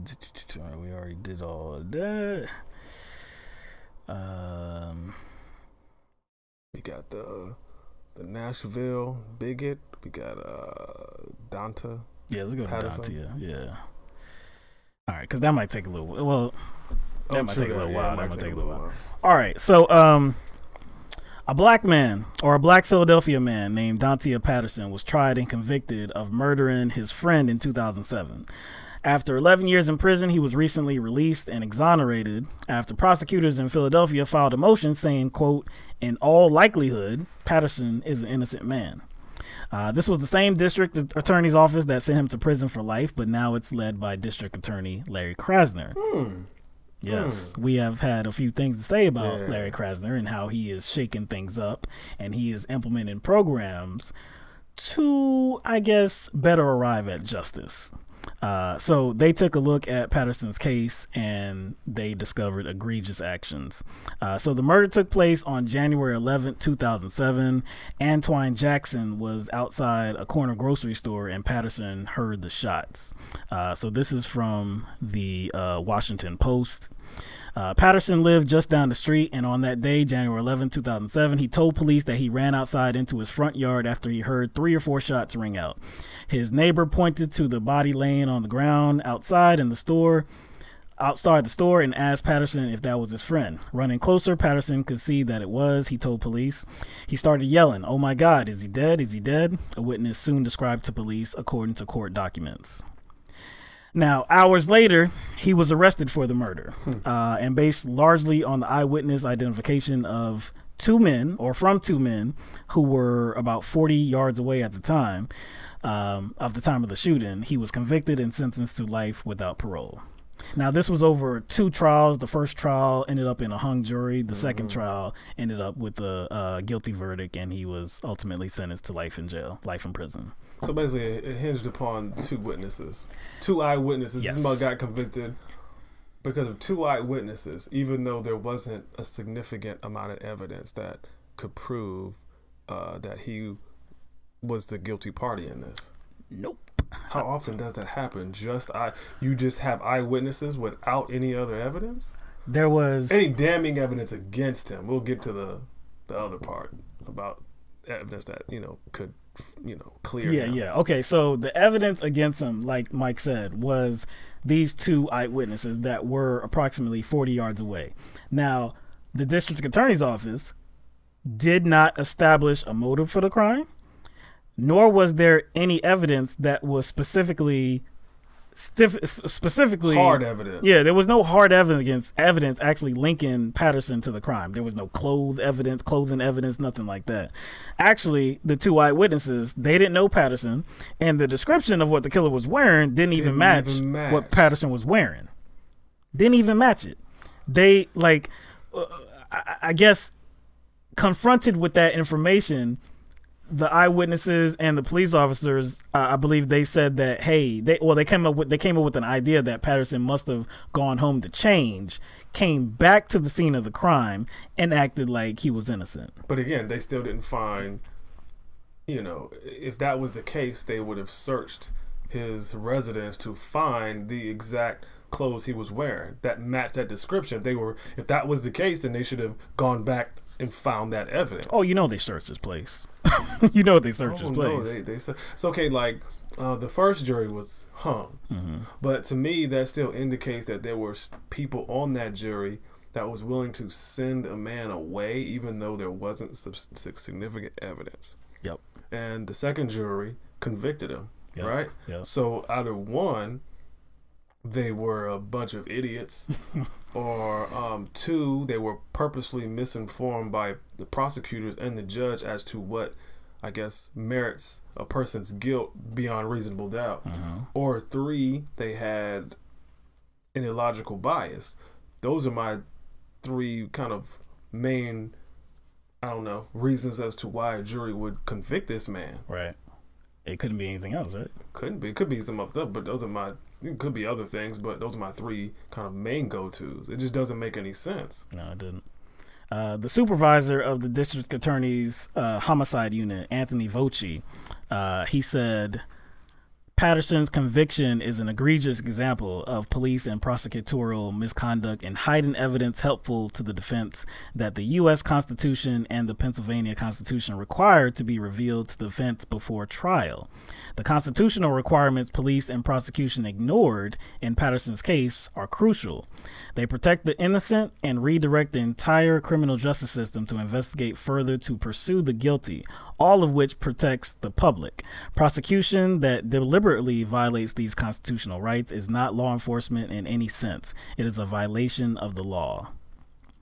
So right there, he's talking about stuff that was withheld. Okay, so we can get into that now. Okay, so there was, you know what? We can just go right into this next part of the Washington Post right here. In a white paper police drafted the day after Jackson's murder, police described information from a confidential informant who told them Jackson's murder, quote, was the result of an ongoing battle over the drug corner in the neighborhood where Jackson was shot. The suspected killer was identified along with the location where he fled and hid. The suspect identified was not Patterson. Additional people interviewed by the police backed up the information contained in the white paper, according to court documents. That was withheld from the defense. So there was another theory that these investigators should have followed. Actually, it wasn't actually a theory. It was actually a sound narrative.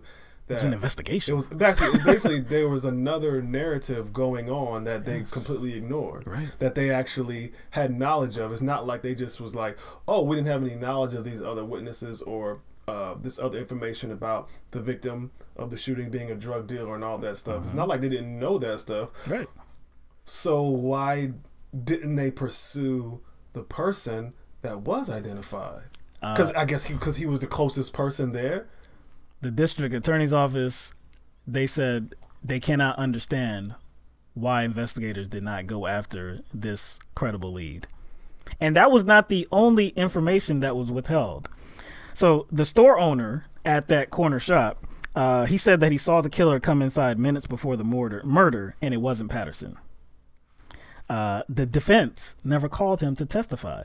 So not only was this prosecutorial misconduct, the defense did not even call this store owner. Now, I don't know if the defense knew about that statement. It could have been withheld.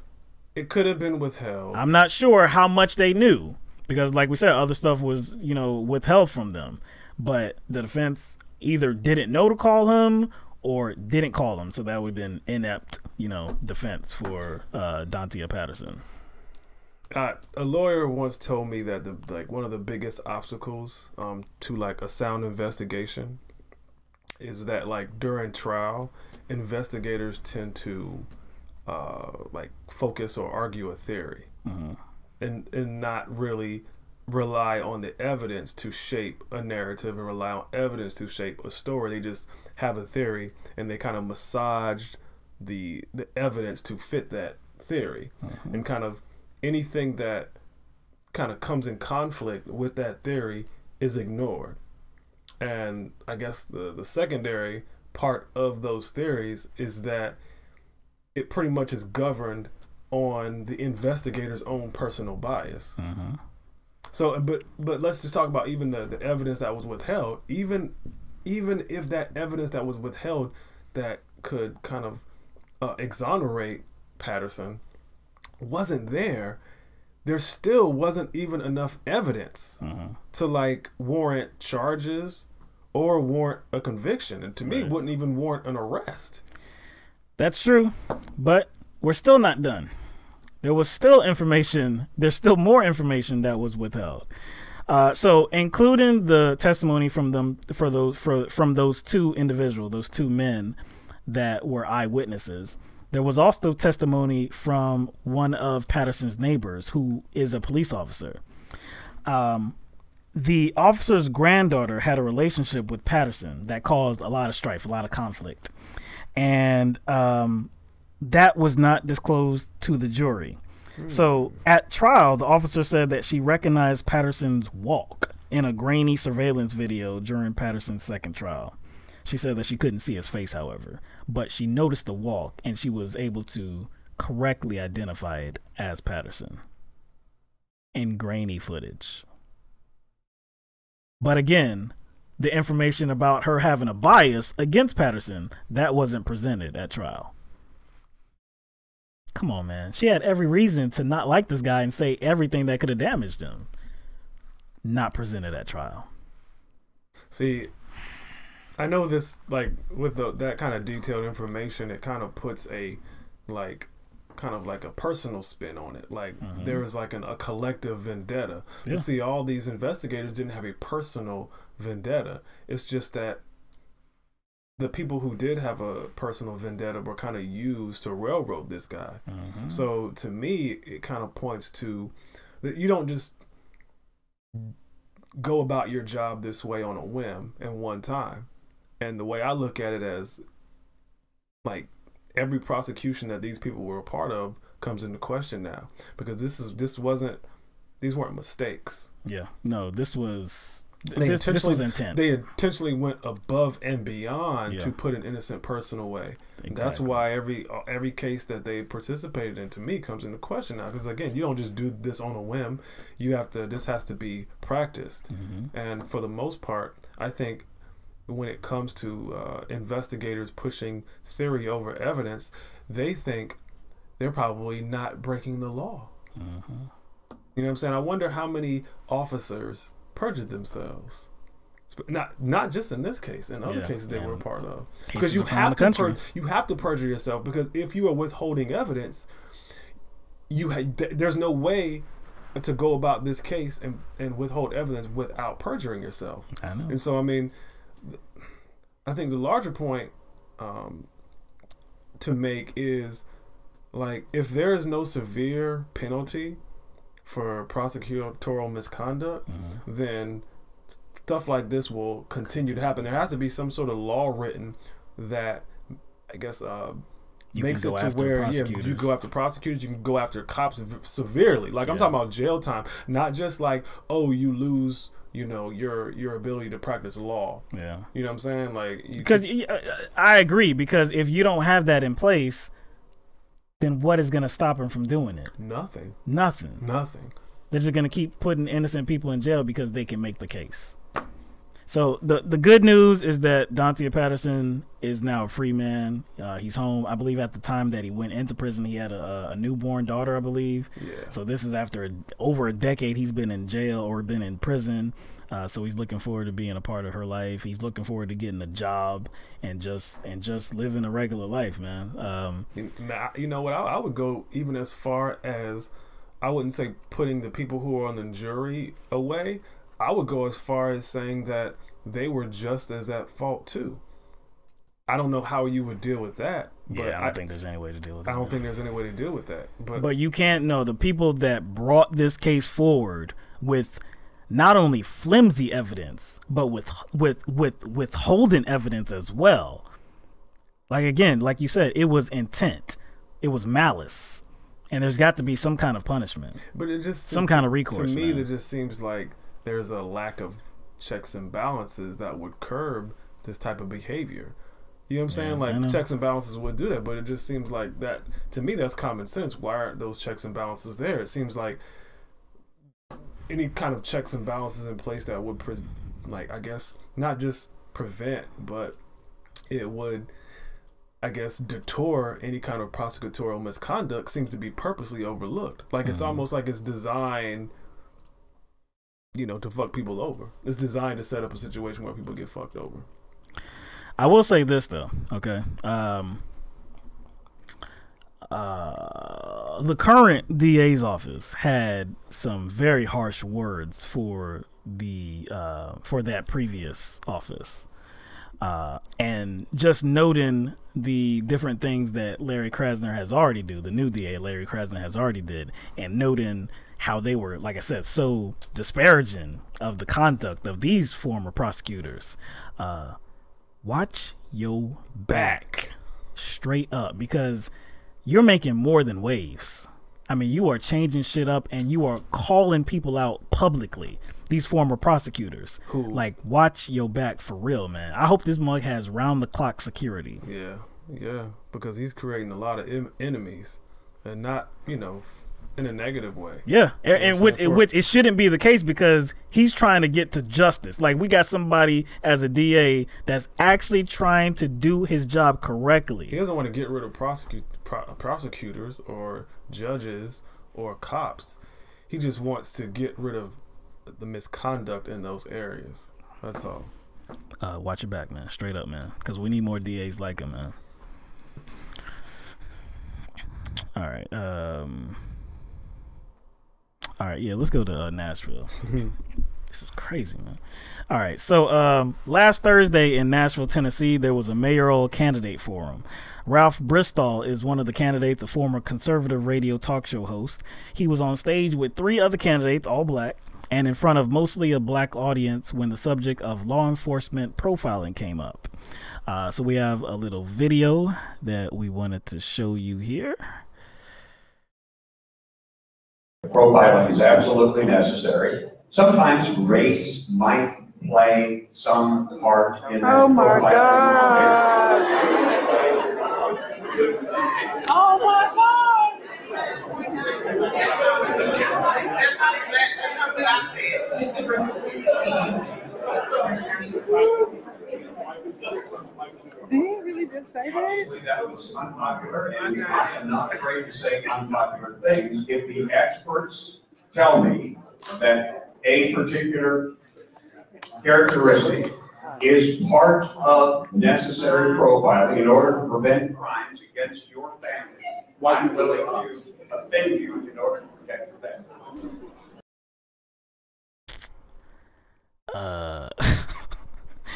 That was crazy. I do like that the crowd was like, they felt it. It was rumble. It was rumbling. Like, oh my gosh, he's about to go there. And the dude across the screen like, I can't believe this mug came out and said that to us, man. This dude said profiling is absolutely necessary. Sometimes race might play some part in that. You know, there's a part of me that feels sorry for dudes like this. Now, it's not acceptable. But when I say feel sorry for, it's not in the same context of like I'm like weeping for him. But if you think about it, right, like he got inserted into a world, right, or I would say a matrix, the matrix of society that he did not create, right. So you start off with a collective conscious that has negative beliefs and attitudes about people, and you know how people are about their beliefs. They're addicted to them, so they have a psychological incentive, like not to, I guess, see or allow anything to contradict those beliefs and attitudes. And in this case, in the United States, not just the United States, but for this case, I'm just going to talk about the United States, is that the people in power who have these attitudes and beliefs will kind of create an environment, you know, so that, I guess those beliefs and attitudes will be fulfilled. You know what I'm saying? They create an environment so that there's certain things happen to where that they can act on those beliefs and act on those attitudes, or whatever happens that it justifies them having those beliefs and attitudes, like the vagrancy laws for Native Americans. Like Native Americans were moved off their land, their livelihood was taken away because their land was their economy, and then they were shut out. They were shut out of, you know, the world, and so that there was not a lot of opportunity for them. So that left a lot of Native Americans just wandering around with no place to go. Then in come the use of vagrancy laws that have like loose language to deal with out of place people. So then Native Americans start being rounded up and put in jail because they're out of place. So essentially they are criminals. But who created that environment?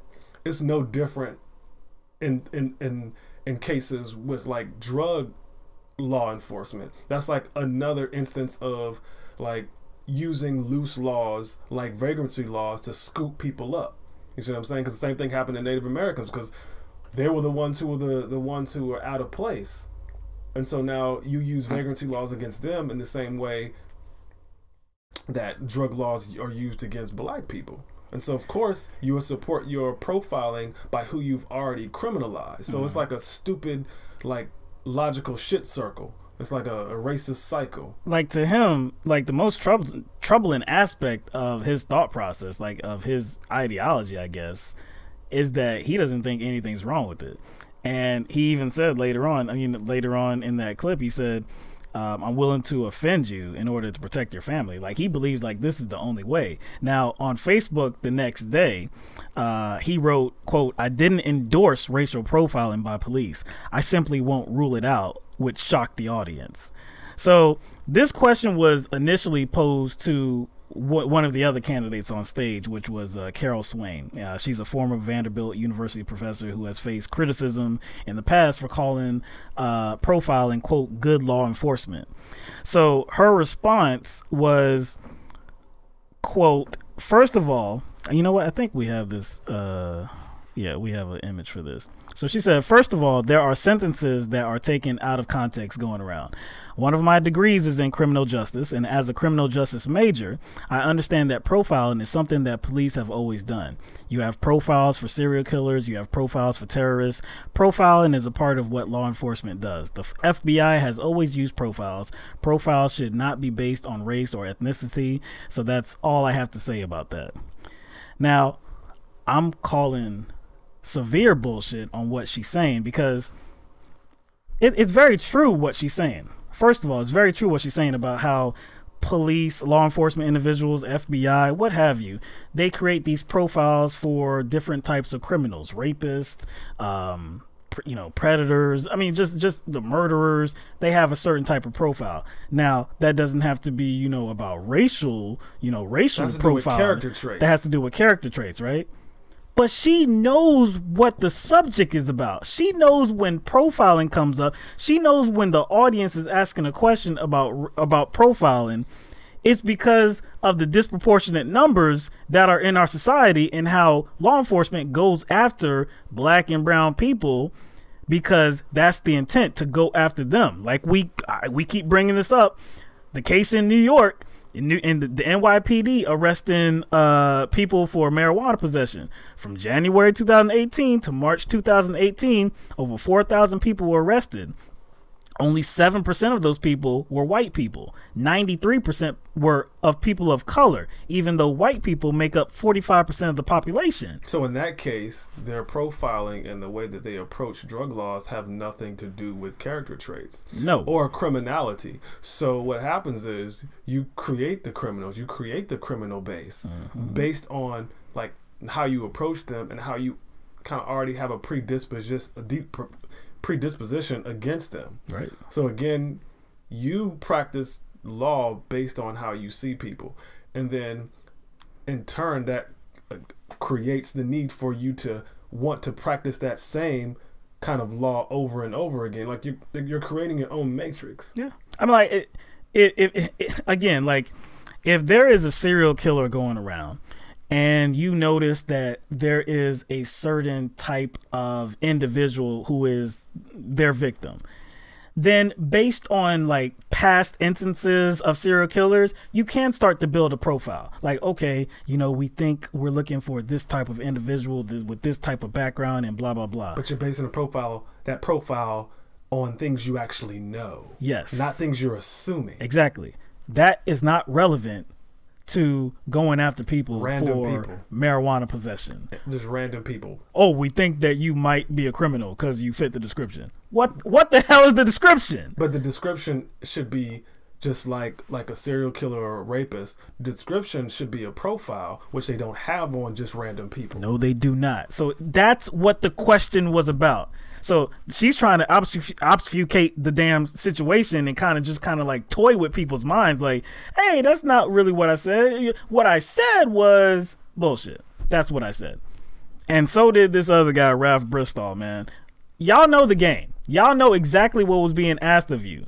Profiling as it relates to just picking people up off the street or going after people that are riding down the street in those kind of situations. That is what that crowd was addressing. And they dropped the ball, man. They did more than drop the ball.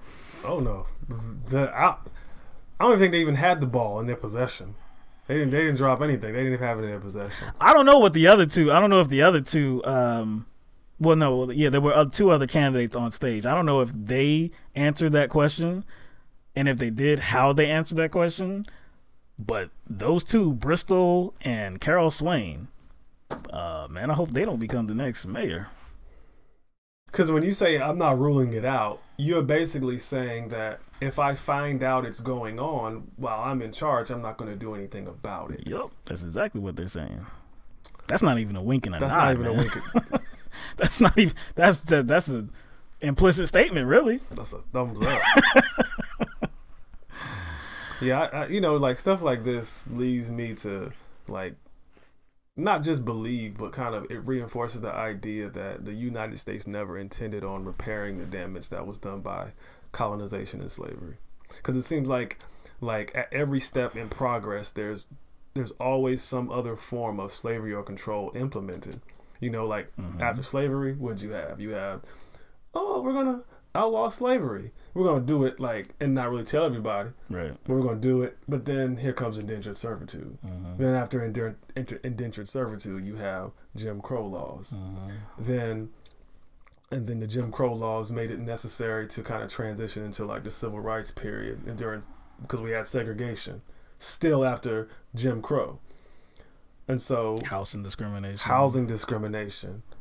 You had black people not being able to take advantage of VA home loan program. You had black soldiers not being able to take advantage of commercial free commercial flight training. That's why not being able to vote. So I mean, like every step of some sort of progress, there seems to be an attempt by like those in power to place another like level of control, and everybody thinks the end of the progress was the Civil Rights Act, but before the Civil Rights Act or the Civil Rights Acts that were passed, before then, you know who represented most of the population in jails? White people. White people were represented the largest demographic in jail. So you mean to tell me after the 1960s and the 70s, somehow just white people just got their act together and just started acting right and no longer needed to be in jail? Or was the civil rights period, did it represent another time or, a transition period to another form of control by using prisons? Because all of a sudden, that's when the drug laws started to change, shortly after the Civil Rights Act was passed. All of a sudden, all these drug laws start to change, and all these black people start going into jail. It just seems like... But I don't think anybody is under that illusion that,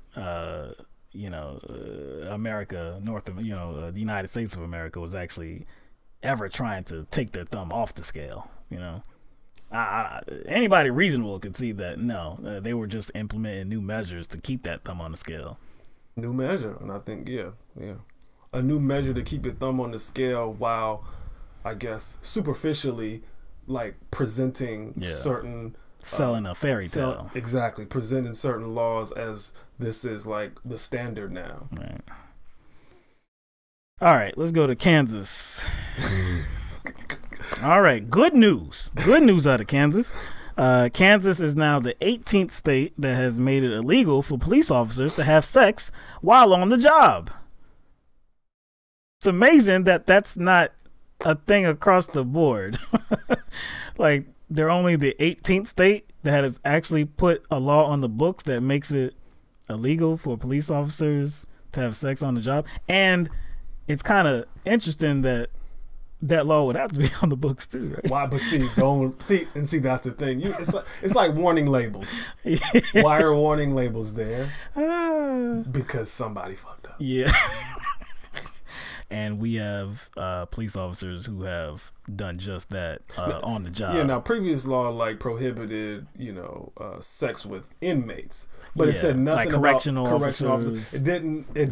It didn't have language that prohibited sex with individuals or suspects that are being detained. Yeah, like people that are in their custody at any point. At any point. At any point. Yeah, there was no specific law about that. So now Kansas police officers are now specifically forbidden from having sex with someone during a traffic stop, for example, while they're interrogating someone in custody or during an interview in a criminal investigation, according to the bill Kansas Governor Jeff Colyer signed into law last week. That's from Vice News. So the bill was introduced by Representative Cindy Holscher, and this was in response to a case in which retired white homicide detective Roger Golubsky had repeatedly threatened to arrest black women or their family members unless they had sex with them. And this was he was doing this over decades.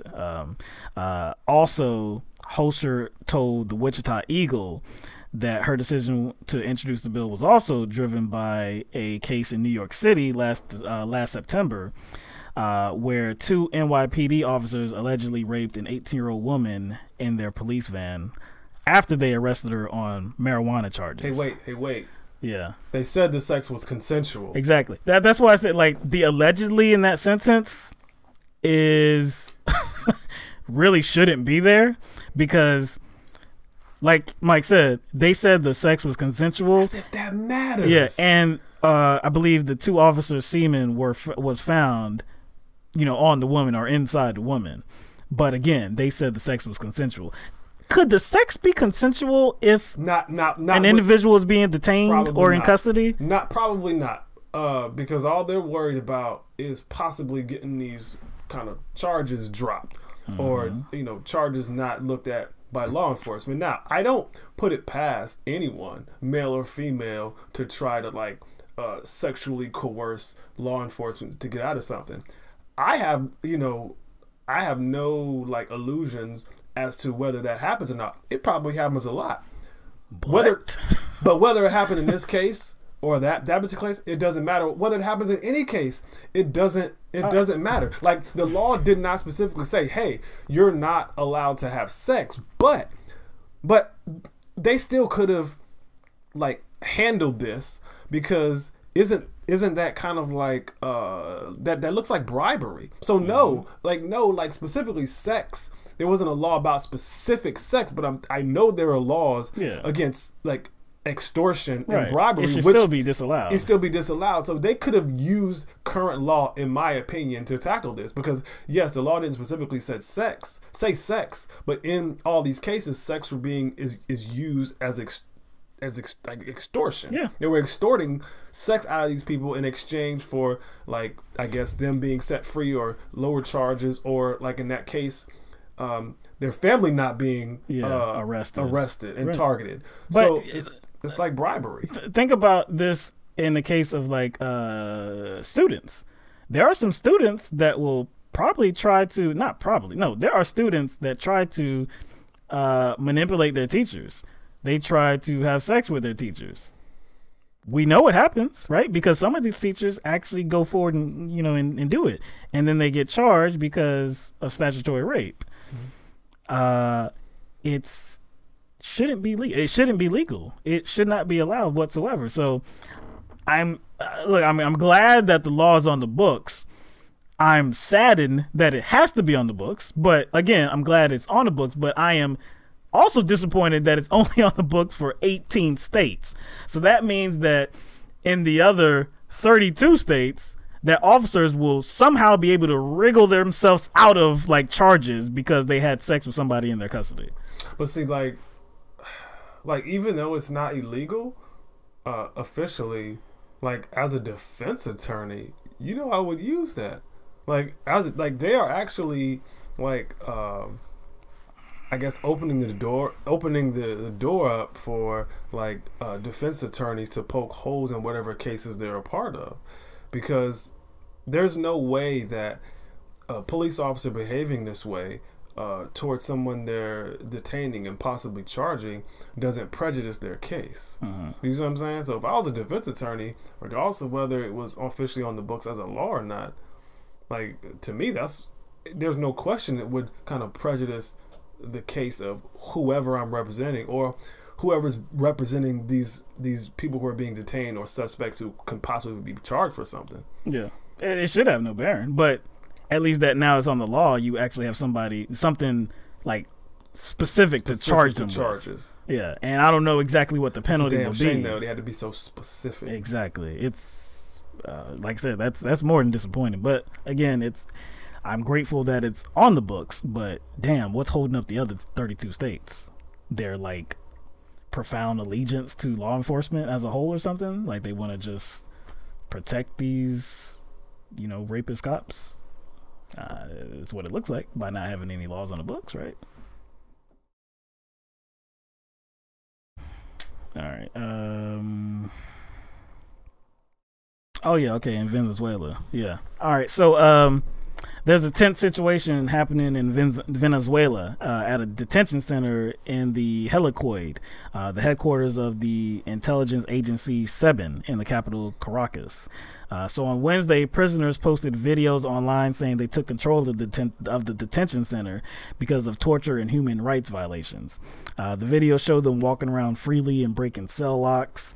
There are political opponents of the current Venezuelan president, Nicolas Maduro, imprisoned there, as well as at least one American that's there named Joshua Holt, who was imprisoned there after he went to Venezuela to marry, I guess, a Venezuelan resident that he had met online, I believe. He went there to marry her. Yeah, I guess in the process of looking for somebody to practice and learn Spanish with, I guess he came across her, and through their interaction and through their relationship, he fell in love with her, and then wanted to fly there, and then I guess marry her, and then ultimately take her and her 2 kids back to the United States. From what I read, they went on a honeymoon or something. They went on a honeymoon when he got there. They went on a honeymoon, I think, and then when they got back, shortly after they got back, they were arrested. Yeah, they were arrested. Well, yeah, they were arrested because supposedly they had assault weapons. Supposedly there was a stockpile of assault weapons and grenades. Yeah, it's suspicious. This junk is mad suspicious. Yeah, it's suspicious. But anyway, Venezuelan authorities said the conditions have normalized, quote, normalized, but they declined to say that they had regained control of the facility. So Venezuela's Attorney General Tarek Saab said the revolt was, quote, a protest on behalf of the prisoners, and that he had sent people to hold talks with them, which had reached, quote, a positive agreement. But a prisoner named Daniel Ceballos contradicted that assessment by saying, quote, inside the prison, all the prisoners are in control. At this moment, the people from the government who have approached us have not offered any solutions, none. And Ceballos is a former opposition mayor, so he's a political opponent of the current president. So all of this is being done before Sunday, which in just a few days on Sunday, Venezuelans, they're going to be heading to the polls to cast their votes on who is going to become their next president. Is it going to be Maduro or is it going to be somebody else? So the country right now is really just economically weighed down. There's a crisis, a social crisis. There's millions suffering food and medicine shortages. So that's one of the reasons why the Department of State warns U.S. citizens not to Yes. travel to Venezuela. yes, and in a statement on Monday, there was representatives from 10 Latin American countries, along with Spain and the United States, reiterated their, quote, condemnation of the authoritarian regime of President Nicolas Maduro. And in that statement, they also issued a final request for the government to suspend the elections, because I guess they see this as not an optimal time. Even the U.S. views these elections as illegitimate. Yeah, exactly. I think I guess from what I've been reading from U.S. officials, that they think that the Venezuelan government is trying to use Holt as some sort of bargaining chip. Right. I guess to encourage the U.S. not to implement some sort of sanctions on them, economic sanctions. So I don't know. I there hasn't been any reports that anybody in the current Venezuelan government has put him up as a bargaining chip. No, that's just a theory. That, yeah. My thing is they would have already got him. Yeah. But one thing to me is, which is apparent, is that it's probably a setup. But if it was a setup, which I think it is, they would have had to receive information that he came into the country. So they had to have access. The government would have had to have access to the flight records, whether they had immediate access or whether, you know, he was flagged and he came to America, which you never know, because he's been there since 2016, I believe. He's been in prison since. He's been in prison since 2016. When I was checking his Facebook out, I think it was pretty much shortly after he got there they scooped him up. Right. So the Venezuelan government had to have found out from the airlines that he had come into the country. And I'm pretty sure, just like how we flag people from certain countries, they do the same thing. Yeah. And since they're going through turmoil and they're facing possible economic sanctions from us, I guarantee you they're flagging anybody that comes into their country from the United States. Now, the video that I saw, boy, if the conditions are so bad, I don't know. He looked like he was well fed. Okay, well, that's another video. So he put out a video on Facebook on Wednesday. Well, actually, it was a couple videos, I believe, and he was really scared, or he was suggesting that he was really scared. People were going to come into his cell. Yeah, he was like saying his life was being threatened, or that his life was in jeopardy, and that he was appealing to the government to not forget about him and come and get him out of there, because it's not a good situation, and like you said, his life is at risk. Now, Thursday, he posted another video, which I saw, where he kind of calmed down all that rhetoric. He was like, hey, you know, stuff is okay. I'm fine. Everything is fine right now. I can't say for sure, but it looked like it was fake. It looked, dog, your boy had like the fresh chops, man. He had like the fresh cut. I mean, obviously he's not, I mean, he's going, you know, he's bald up here, but I'm talking about his beard looked pretty trim. And like you said, he looked pretty clean. He looked well fed. Somebody said they feeding him junk food. That's why. Well, they feeding him. So I'm just saying, if the conditions are so bad, I'm not saying he deserves to be there, but it just looked a little staged. That's all I'm saying. His like that video today on Thursday that he put up. Internet access. I don't know, but it's not just him. It's other prisoners too. They've been putting this stuff online. But just the appearance in that latest video, it seemed like he was like just fake. It just didn't seem to be authentic. So I don't know if he was faking or somebody was putting him up to it or something. I don't know. I've heard suggestions of that. People would say, well, he's probably nervous. He probably was very conscious of how he wanted to, you know, deliver his, you know, message. It's possible, man. I don't know. It just seems weird to me. Like I've heard a lot of people suggest in the comment section, so a few suggest that he was a spy. I wouldn't put it past us. He was a Mormon missionary. Now, he wasn't there for Mormon missionary work because all the Mormons have already get his woman. Yeah. But a lot of times that's how spies get in the country, so I don't know. But he definitely wasn't there for a mission trip because the Mormons have already gotten out of there because of all the turmoil. Right. Yeah, man. So last I heard, the prisoners still have control of that detention center. So they haven't come to an agreement per that one prisoner that was inside, relaying that message to, I believe it was CNN Espanol. So even though the Venezuelan authorities are saying, "Hey, everything's good, nothing to see here," we're making headway. We've come to an agreement. Doesn't seem to be the case. That doesn't seem to be the case. So we'll just have to watch it and see what happens going forward. Yeah, because who knows what the motives are? Like I said, if he was going to be used as a bargaining chip, as some officials have claimed, then they would have already scooped his ass up. You can't. It's hard to judge in a country that has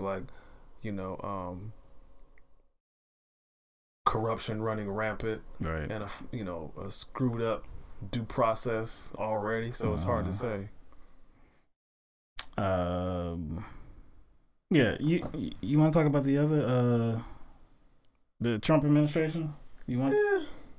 I mean, I think the initial report there's not a lot to the initial report. I just have my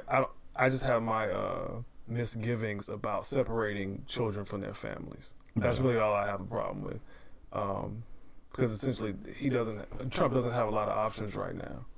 You know what I'm saying? But again, he's creating this problem himself.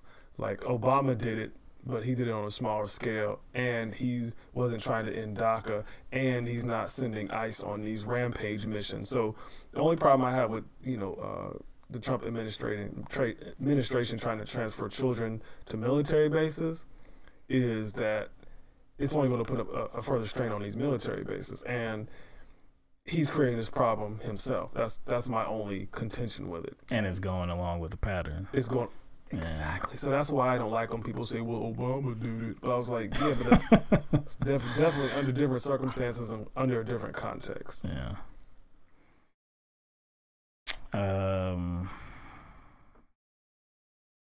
I think that's about all that we have.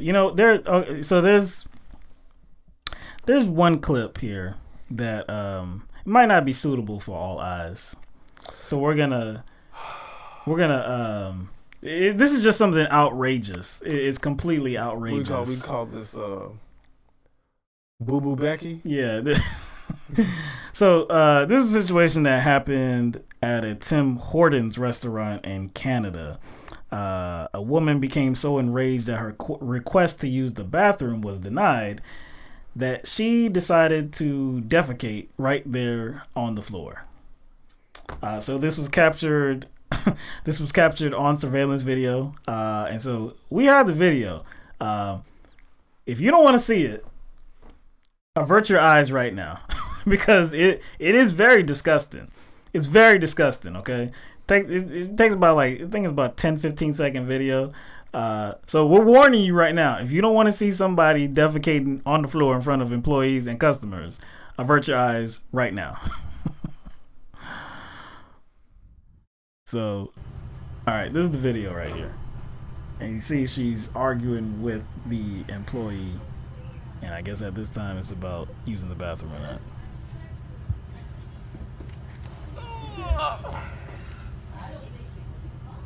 What? I can't use the bathroom? Yeah. So she grabs some paper, it looks like, some tissue or something. Oh, that's her. She's getting ready. That's her. Oh my goodness. What? Oh. Wow. Whoop. And then she picks it up and slings it at the employee. Change up. She threw a change up. Wipes her behind a few times.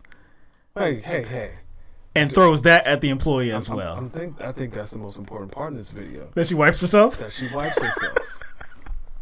Yo, she's sanitary. That is absolutely disgusting. I don't think I have seen something like that before. I mean, I've seen some disgusting stuff. But she actually picked up her own dump, threw it. No, I mean, it's one thing to do it. She picked it up cleanly. Yeah, she I didn't notice any dripping. I didn't see any remnants. I didn't notice no spillage. I didn't notice no remnants on the floor. She just had a piece of dookie on the ready, waiting, chilling on the inside of her butthole, ready to use in moments like this. It's absolutely like this is it is unbelievable. So again, this happened at a Tim Hortons restaurant in Canada. Okay, so after this, she was later arrested and she was later released. But there is a future court hearing. Apparently, the employee that denied her access, he did so because of past behavior. Now, there's been no reports about what this past behavior is, so I don't know what all that entails, but obviously it was something. Now, Tim Hortons doesn't have a policy, just like Starbucks. They don't have a policy to where you have to buy something to use the restroom, but I guess it's up to every individual location if they want to allow, a person to use that bathroom. So, see, the issue that I'm having is that I'm left wondering whether the feces landed on its intended target. Because we don't know. Because we don't know. We didn't see that. Yeah. I hope it didn't, man. Because I'm sorry, that would just make your day so over right there. At that point, you mean like if you got hit my with day the feces? Dog, I'm telling you, dog. You don't pay me enough for this. Yo. See, here's my thing, dog. I don't know what kind of person I would turn into. See, if I see anything on me, I might change it to somebody different. True. You don't know what kind of reaction you might have. I don't know what kind of reaction I might have to have another person's poop that was thrown on you. Not just thrown on me. You might lose awareness of where you are. Awareness of myself. I might have to chase her. Your role that day. I might have to chase her. I don't know, man. I don't know, man. I'm sorry. I might have to chase her, dog. But see, sometimes like I know me, right? I know me. When something like profoundly ridiculous happens, it takes a minute for me to process it. Which you're probably looking at yourself like, this mother. Exactly. Like there's been a number of times throughout my past where like something, like I said, something completely ridiculous has happened, and I'm just sitting there really trying to process the events and like, this must be this couldn't have happened, right? If that dude actually got hit by that by that piece of shit, man. Well, one thing is, boy, it must have took everything in him not to go after her. It must have been. It must have, because one thing is surely apparent is that she has some fiber in her diet, because that dookie was on speed dial. She had to go. She had to go. She had to go, man. She was like, "Hey, you really won't let me go? Shit, all right." Okay, I'll show you. Boo boo Becky. I'll show you, man. Boo boo Becky. Yo, shit is getting out of hand, though. Pun intended, man. All right. I had a friend comment on the video talking about she threw 2 beef patties. I was like, oh my goodness. Yo, man. I mean, if I was a customer, that wouldn't prevent me from eating there. But you know how some people are. But there was a smell. Oh, yeah. Because it's not in the confines of a bathroom or a toilet, so it was just like permeating. And then the smell was in different locations too, because it was here first. And even though we didn't see any remnants on the floor, the stench was still there. There was some like boo boo film. Yeah, and then it went to another location. We don't know what it hit. We don't know where it landed, man. It could have. What kind of place was it? It was a restaurant. It was like a fast food restaurant. See, man, it could have landed like in like the little deep fryer. Oh, it could have landed on the grill. You gotta shut down for the whole day. Shut it down for the whole day, dog. See, again, so we're talking. You gotta have inspectors in there. Inspectors. See, we were worried about if it hit somebody. E. coli, man. But we were worried about who had to clean it up. That's another thing. I'd be like, yo, I'm about to take a break. I would go on an impromptu lunch break. I'd be like, sorry, dog. I'd be making my points, man. Yo, Alex, or whoever the name, or like, yo, I'm sorry, Jill. I'm going on lunch. Sorry, y'all. Sorry, Max. I'm taking the day. I'm going on break. I got to take a smoke break. Something. I'll make up something. I don't even smoke. I'll be like, yo, I got to go smoke. Right quick. Yo, y'all let me know when y'all finish cleaning that up. It was somebody's job. Not a team player today. It was somebody's job. Like, but I think somebody had like the trash duty that day, the bathroom. It was like, yo, Bob, We had an incident over here, man. Oh my gosh, man. That's one of the more ridiculous videos, man. That's disgusting right there, man. So for you, for anybody out there that, you know, I hope you did avert your eyes. If you know, don't curse us out because we warned you. All right. So anyway, but I think that's really all we have. We have a few, you know, maybe like a couple different things, but maybe we can get to that after we take some calls, maybe, or maybe not, whatever. But we're gonna open. He's tripping in the comment section, dog. What about that? Yeah, man, these mugs are going off in the chat, man. Y'all silly, dude. I can't even look, man. I knew that would spark some conversation. White Castle burgers. I mean, I don't even think the most shocking wasn't that she did it. It was that she picked it up and slung it, man. Like, wow, man, that's barehanded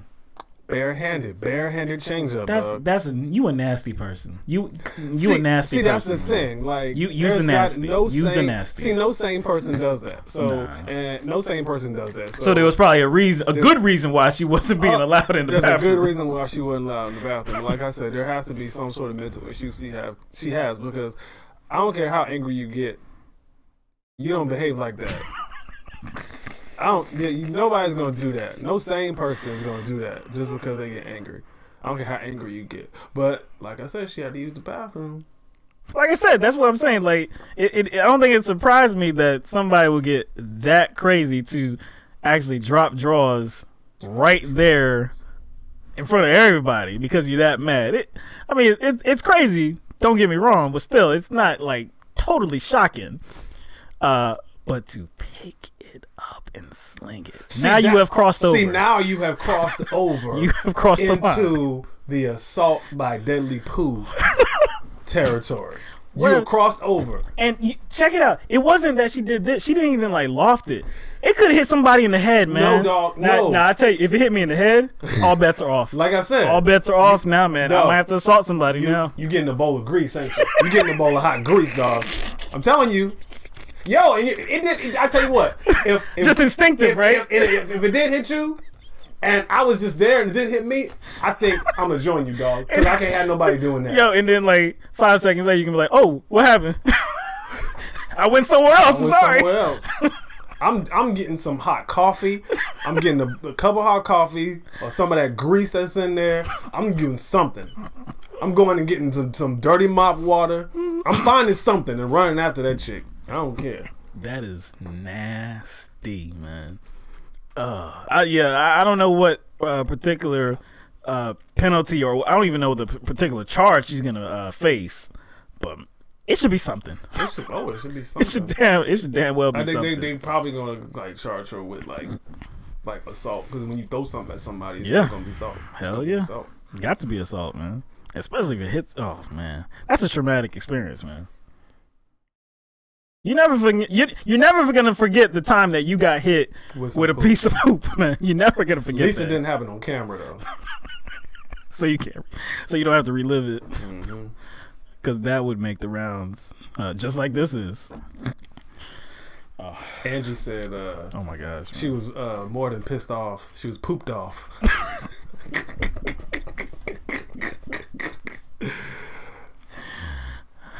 I put her on Facebook punishment after that comment, dog. I said I was going to... Oh, my goodness, man. That's funny. That's funny. All right, we had too much fun with that. All right, so let's set up this caller environment. Bear with us one. All right. I think we should be good to go here. All right, nobody waiting. Nobody waiting this time. Yeah. Oh, I think we just got somebody in here. All right. So let's take our first caller. It's from the 704. Caller, you're on the line with LTMB. What's your name and where are you calling from?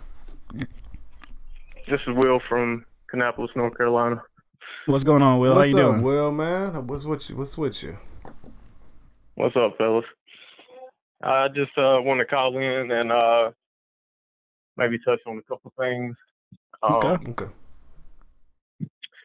Yeah, and about the Jimmy Gore situation, yeah, no, like I said before, I'm glad we had that conversation, and it helped me to realize, where you guys were coming from on that, and totally made sense. So I'm glad we did that. Cool. And there's something I seen today where this is another case of the institutionalized racism that we often see in this country, and within a lot of the different institutions. This was in regards to Medicaid. I believe this is coming mostly, coming from the GOP. They're wanting to make some modifications and, do a lot of things to not just Medicaid, but other social services and welfare programs. Mm-hmm. A lot of states are now, well, with them trying to put work requirements on receiving welfare, they've also, and something they've done quietly, is they're trying to make exemptions and waivers.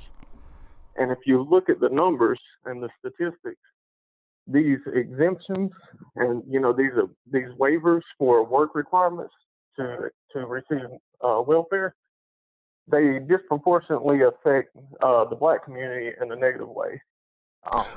You know what, Will? I think I did hear. I think I know. As you were talking about it, I think I did remember hearing something about this, and those waivers were not granted to Black people, even though the unemployment rate in their area was higher, because that was a part of, I guess, people being granted the waiver. If your unemployment rate in a certain area was at a certain level, you were granted a waiver. But there are people in mostly predominantly Black areas who were not granted the waiver, even though the unemployment rate was at or above the rate necessary for them to qualify, in areas where the unemployment rate was actually below the threshold. There are white people that qualify for the rate waiver. But man, you just kind of recharged my mind. I totally forgot about that. We might have to redo a story on that, man. But go on, man. I didn't mean to interrupt you. Oh yeah, no problem. Yes, and I'm glad you shared that with me. I wasn't aware of that specific or circumstance, but it doesn't surprise me one bit. And actually, with you bringing that up, it reminds me of situations I've dealt with locally with social services. And one thing I've seen is, I actually thought about this a lot when I seen that story. One thing I've seen is the social service departments, and I have to assume that you're going to see this in a lot of places. If I've seen it here, they kind of do what they want sometimes. They're there to assist people in determining their eligibilities. They're there to help with the paperwork and things of that nature, but they take it much further. They try to make it a position of power. I've seen they'll make decisions. Oh no, you're right. You're right.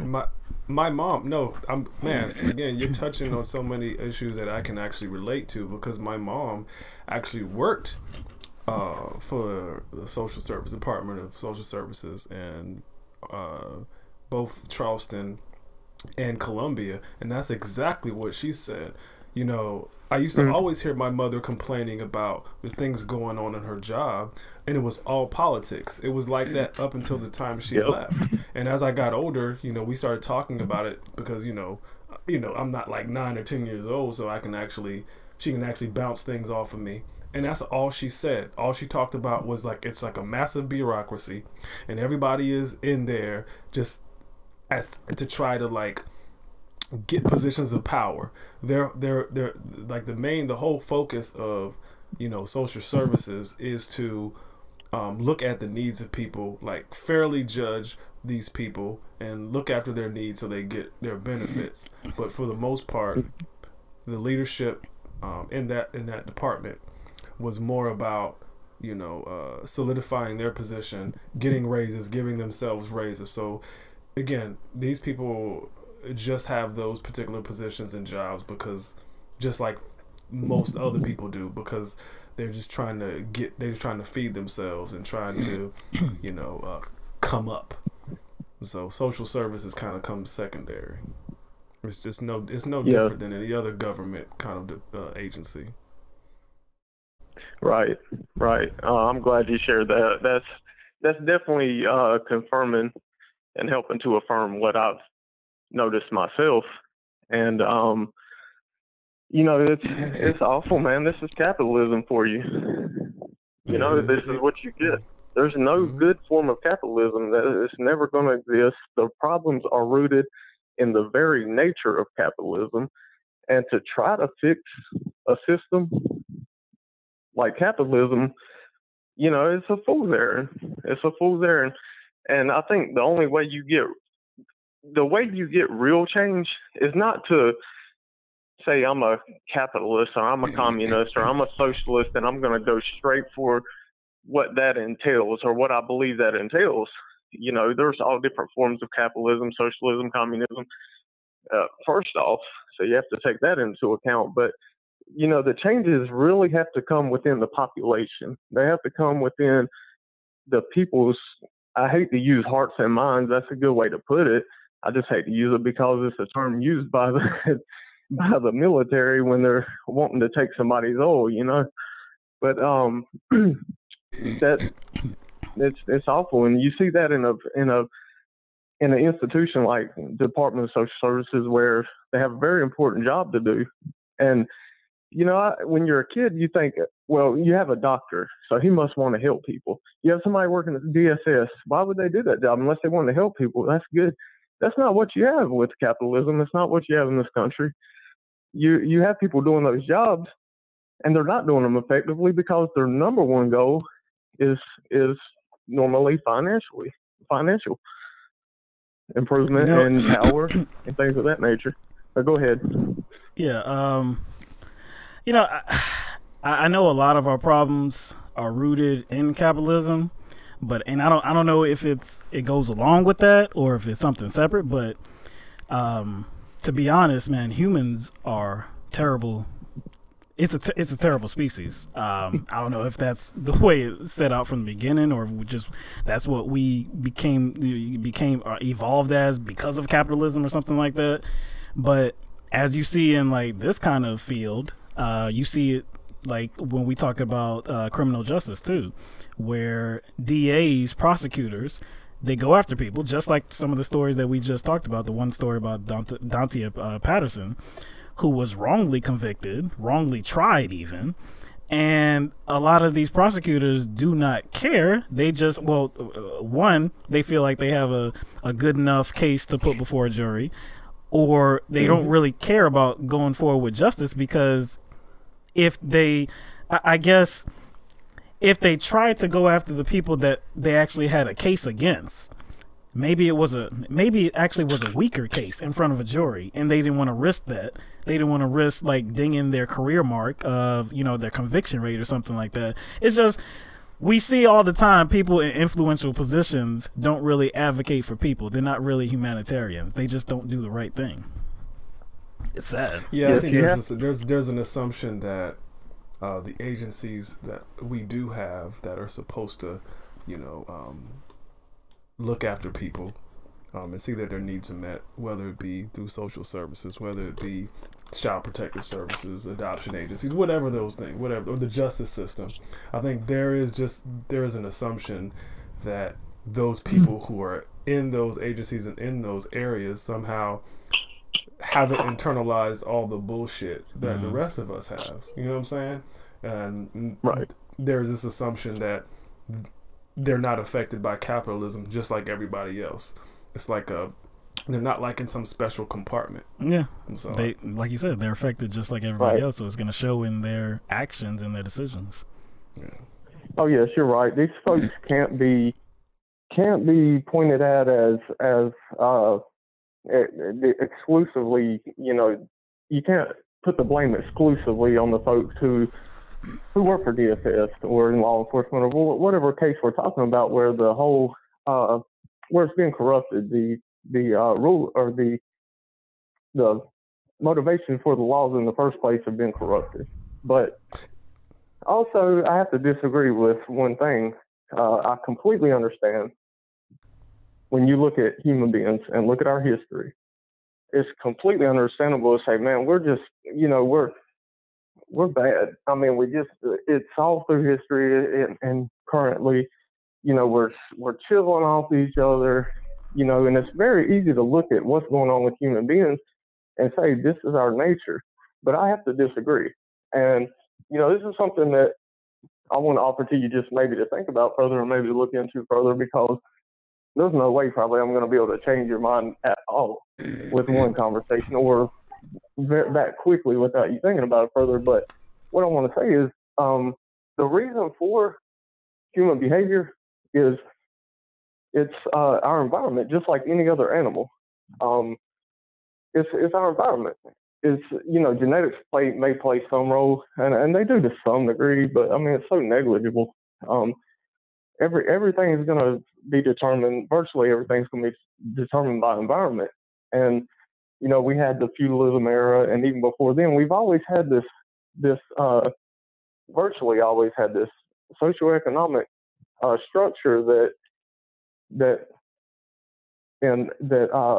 produces tension and produces rivals. And when you have that, you shouldn't expect anything else. So I think it's very naive for us to say, look, we can fix this. I mean, you can't fix it, man. When you have it in place where people are being,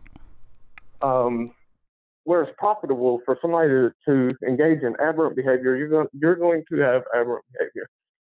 There's different, to certain degrees, different styles of government, different societies. You see it in various degrees because of the way they're structured, but you're always going to have any type of hierarchical system. You're going to have problems.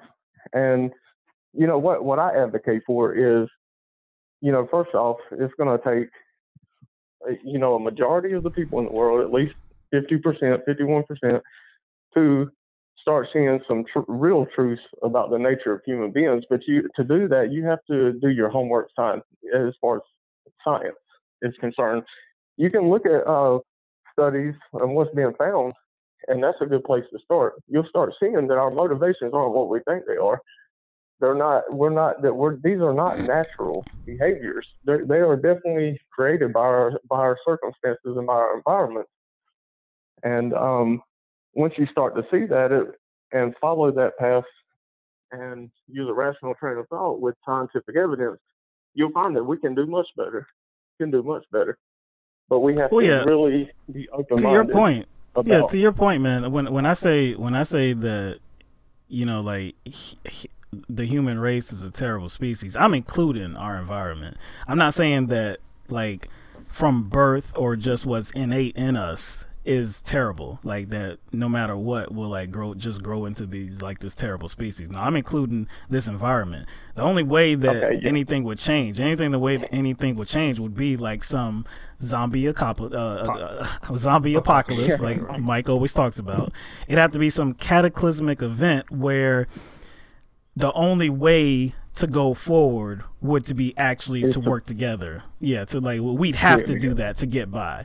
And then from there, we might be on a new path and we would actually be all about humanity. It wouldn't matter what you look like or, what your native tongue is or, what accent you have, it just wouldn't matter. You would need each other to survive and you would be invested in each other's success. So, yeah, I'm not saying that innate in us is just something terrible. Yeah.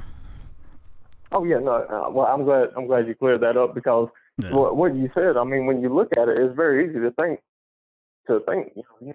naturally terrible. It's very easy to think that. It'd be understandable to think that.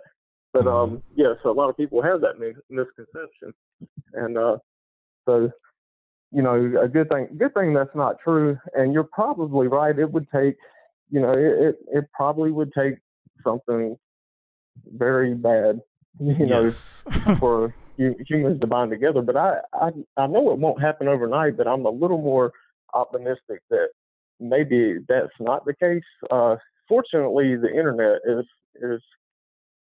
you can see where it may cause bad things. It may be bad in some ways, but the fact that the information that's available now to everyone, I think that's a good thing. Most people don't take advantage of that, unfortunately.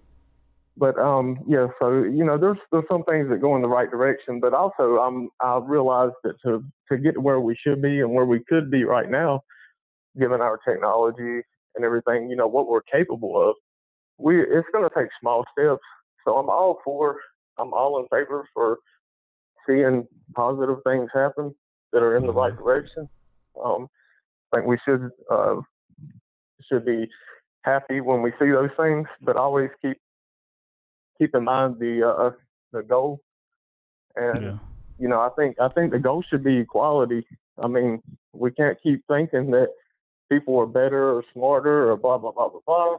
We can't keep thinking that. We have to understand that we all, for all intents and purposes, we're mostly equal when we're born, and as far as our abilities. And the first few years of your life are going to play such a huge impact for the rest of your life, and that goes on even beyond that. But people's circumstances, we know by looking at the numbers what poverty creates. We know the problems that it creates. And, when people want to say, oh, this guy's murdered 10 people, what a piece of crap. Man, what you should be saying is, look at this unnecessary poverty and look what it led to this guy doing.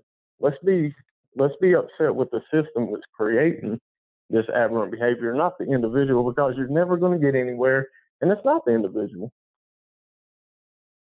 Well, here's hoping, man. Here's hoping it doesn't take a zombie apocalypse, man. We appreciate you calling in, man. Thanks, man. Have a good night. Have a nice night, bro. You have a good weekend, man. You too. All right, we got another caller, 612 area code. You're on the line with LTMB. Hi guys, nice to hear you. What's going on? What's going on, man? Not a lot. I'm engaged to be married, so I can't marry that last caller. But what was that guy's name? That was Will. Congratulations, man. Hey, thanks, guys. I post as World.now on there. My name's Matt Kehoe. I've called a couple times. Okay, what's up, man?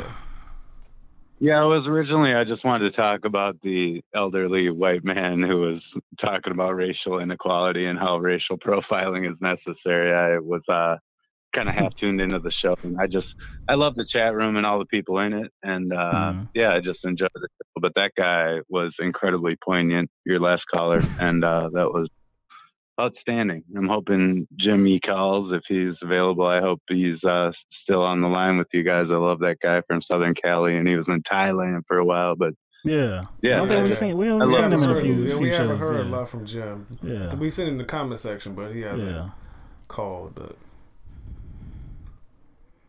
yeah, I don't know. That's just. I guess it should be unsurprising that a 70-year-old white man would sit in a room full of people that maybe don't look like him and talk about profiling as a necessity in society when that's complete bullshit. I mean, there's a part of me, like I said, that it's not acceptable, but there's a part of me that kind of feels for him because he does seem stuck in a time loop, and he probably believes that what he was saying was true. Yeah, but he doesn't fully understand, like, kind of how his own predisposition shapes how he thinks we should approach things. He doesn't know probably is not conscious of the fact that he already has a disposition about certain people, and the way he feels that he should approach policy is going to reflect that disposition, but he's not aware of that. He's completely oblivious. Like he said, he says, I'll go forward with offending you if it means protecting you. He does not understand. He does not get it. Hey, everybody, calm down. Look, I'll risk offending you if it's to save your lives, man. Man, do you know you're you're jeopardizing our lives by these strategies? I mean, like, he doesn't get it. The woman took the cake with saying, "Oh my God," from the audience. That was. It's always the reactions that get us. Yeah. I don't know. I'm a pasty person and have certainly benefited from not getting shot in the back when I was raising hell. I'm 44 now, but I wasn't. And I used to get drunk and hassle cops, and I never really got taken to task for it. I woke up in jail a few times, but they were mostly overnights, and never turned into stealing my labor for unbelievable work ethic. You know, it's a different world that I can't imagine. And I was just wondering, like, what you guys experience in South Carolina. Do you get pulled over randomly? How old are you guys? And what do the cops look like down there, kind of thing? Interesting that you would bring that up. I'm not sure if you have been watching the show, but I didn't talk about it much. But at some point I will give an update to this. But recently I kind of just, I guess, closed out a particular chapter in my life that involved me being pulled over by the police, pretty much for nothing. I was being followed, I was being profiled, and I got pulled out of my car and, thrown to the ground and thrown on the hood of a car and searched and all that. Got my car towed.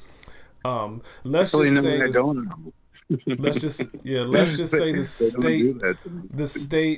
the police department was reluctant to turn over body cam footage, so I had to get a continuance. They did not comply with my lawyer's filed request. It got pushed to another date because they didn't turn over this evidence after like 45 days. And so basically my whole situation ended up with, I forgot what it's called. It's not called, the case got thrown out basically because the police officer involved mysteriously was moved to another state. So basically everything got thrown out at the end of the day. But again, that's that he gets to keep doing his job after shit like that. But again, since you brought it up, and that was recently. But I've had other situations when I was younger that kind of I actually experienced with Will when we were hanging out. Situations where a police officer grabbed me without prompting me, just grabbed me on my shoulder and said, "What's your problem?" Even though I don't know, he must have mistook me for somebody. Just out of nowhere, come from behind me and Will and another friend and grab me by my shoulder and said, "What's the problem?" He didn't like what Mike had to say at the moment. Oh yeah, not even when we were talking to him. He was he was standing by. We didn't even see him. I guess he was standing off to the side. They were shaking down a homeless dude, and I said, "Man, they ain't got nothing else to do." And like we had already walked away like 50 feet. Next thing I know, I see a shoulder on I see a hand on my shoulder, like, "You have a problem." I just was like, I jerked. I was like, "Get off me." Another time we were standing on the corner trying to figure out where to eat, and an officer came and grabbed me by my arm and said, "Keep it moving," even though there were like 5,000 people walking around. And again, we were just standing on a public sidewalk. We were just trying to figure out where to eat, and he was on the phone. Out of nowhere, I didn't even see him. Officer came and grabbed me and told me to keep it moving. Again, I've had situations where police officers would follow me for 1 mile, 2 miles, sometimes 4 miles. So it's like, I don't know.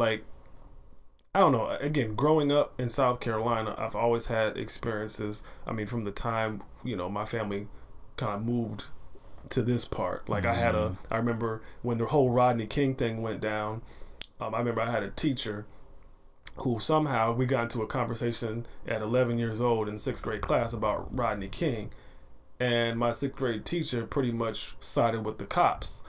Again, I don't know how we got into this conversation in 6th grade, but my teacher pretty much said, "Oh, they had to beat him because he was on drugs, and that's that."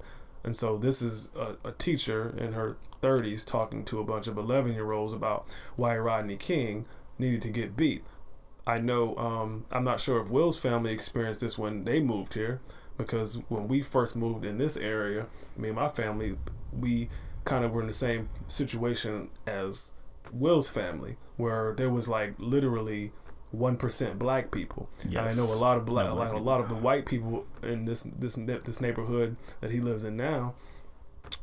Let's say they weren't too happy about black people moving in this neighborhood because it was a suburb. Yeah, like it was because I came from New York City, where like my experience, I remember being a kid, and I'm sure that I'm certain that white people were the dominant race, like where I was, especially like in school, but I didn't notice it because there were so many different ethnicities there. I mean, there was Haitians and Jamaicans and Russians and Jews and Hispanics. I mean, black people. I mean, there was races of every kind in my classes. So I never really understood like, oh, white people are the dominant race or anything like that. I just never saw that. Then I got here. I was like, whoa, my gosh, what in the world is this, right? It was completely eye-opening. I mean, and you came like when you were like in the 5th grade, right? Yeah, man. So it was cultural shock to like a very large degree. And I just remember, like instances with, neighbors or just being out and just having white people just look at you. And I was just like, this is very uncomfortable, I think kind of like. And you're talking like 50% of your classroom when you come in 5th grade? Are there more people that look like 50%? 50? Hold on, you talking about in New York? No, in South Carolina when you get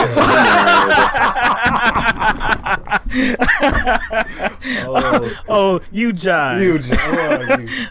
I know when we moved, it was when I was in 4th grade. You came the next year. Yeah. When I was in 4th grade, it was like I was like maybe one of 5 black kids in my whole grade. I remember 5th grade, and like that's how long we've known each other, from 5th grade. And I remember I could probably go back and count. There were probably 5, 6, 7. No, there were not 10. I don't believe that you could go as high as 10 in like the whole of 5th grade. Yeah, so like if you were in a class, you were most likely the only black person in the class. And if you're talking about like social stratification and like how the world interacts with individuals that maybe they're not accustomed to, like a lot of these situations that I found myself in and having to respond to happened when I was very, very, very young, when I shouldn't have had to. Like in a classroom, dealing with damn teachers who were supposed to be grown. Like another situation I recall was when I came to school with my like overalls straps down, and I was wearing them like Fresh Prince. That was my dude, man. Can't do that. That was my dude. So I was like, I'm gonna rock my overalls like my man Fresh Prince. I had the strap because sometimes he would wear both of them down. Sometimes he would wear like one down. Well, I had both of them down. Well, guess what? Teacher comes in. I remember her name, Miss Bird. I remember Miss Bird. She came into class, and it was like before everybody was in the class, chilling in the class before the class started. So we had like 5-10 minutes before class. Everybody was just kind of chilling, laughing, talking, conversing, or whatever, right? So I'm standing up, and she walks into class talking about, you need to wear your clothes properly, sir. And I was like, excuse me? And of course, I'm already, my revolutionary and defiant personality has already set in at, I think I was like 12 years old, right? So I'm just like, I just look her up and down like, no, this is not a violation of actually school policy. There's nothing that says I have to wear this particular type of clothing, which are overalls. It was short overalls. I'm not wearing no pants overalls. But I didn't want to do it. Yeah. And she threatened to send me to the office. And but that wasn't the end of it. Not only did she threaten to send me to the office, she turned it into some sort of like clash of cultures in front of everybody. She pretty much like turned it into I don't know why y'all gotta do this and why do y'all gotta walk like this. So she started like walking around the class with like a pimp. She's like, I don't know why y'all gotta wear y'all clothes like this and why y'all gotta walk like this. And at 12 years old, just like me, all the black kids, they were 12 too. They blew up. They were like, y'all. That was mad funny because they recognized like, well, wait a second, what are you talking about? So at 12 years old, you got 12-year-old black kids, and even the white kids were kind of like, whoa, what's she talking about? Experiencing this type of clash of cultures being led by a damn adult teacher. And so that's the kind of experiences like I had when I was growing up. Like that experience it's common, like especially where we were at, like Columbia, the city, you know, it's the capital of South Carolina.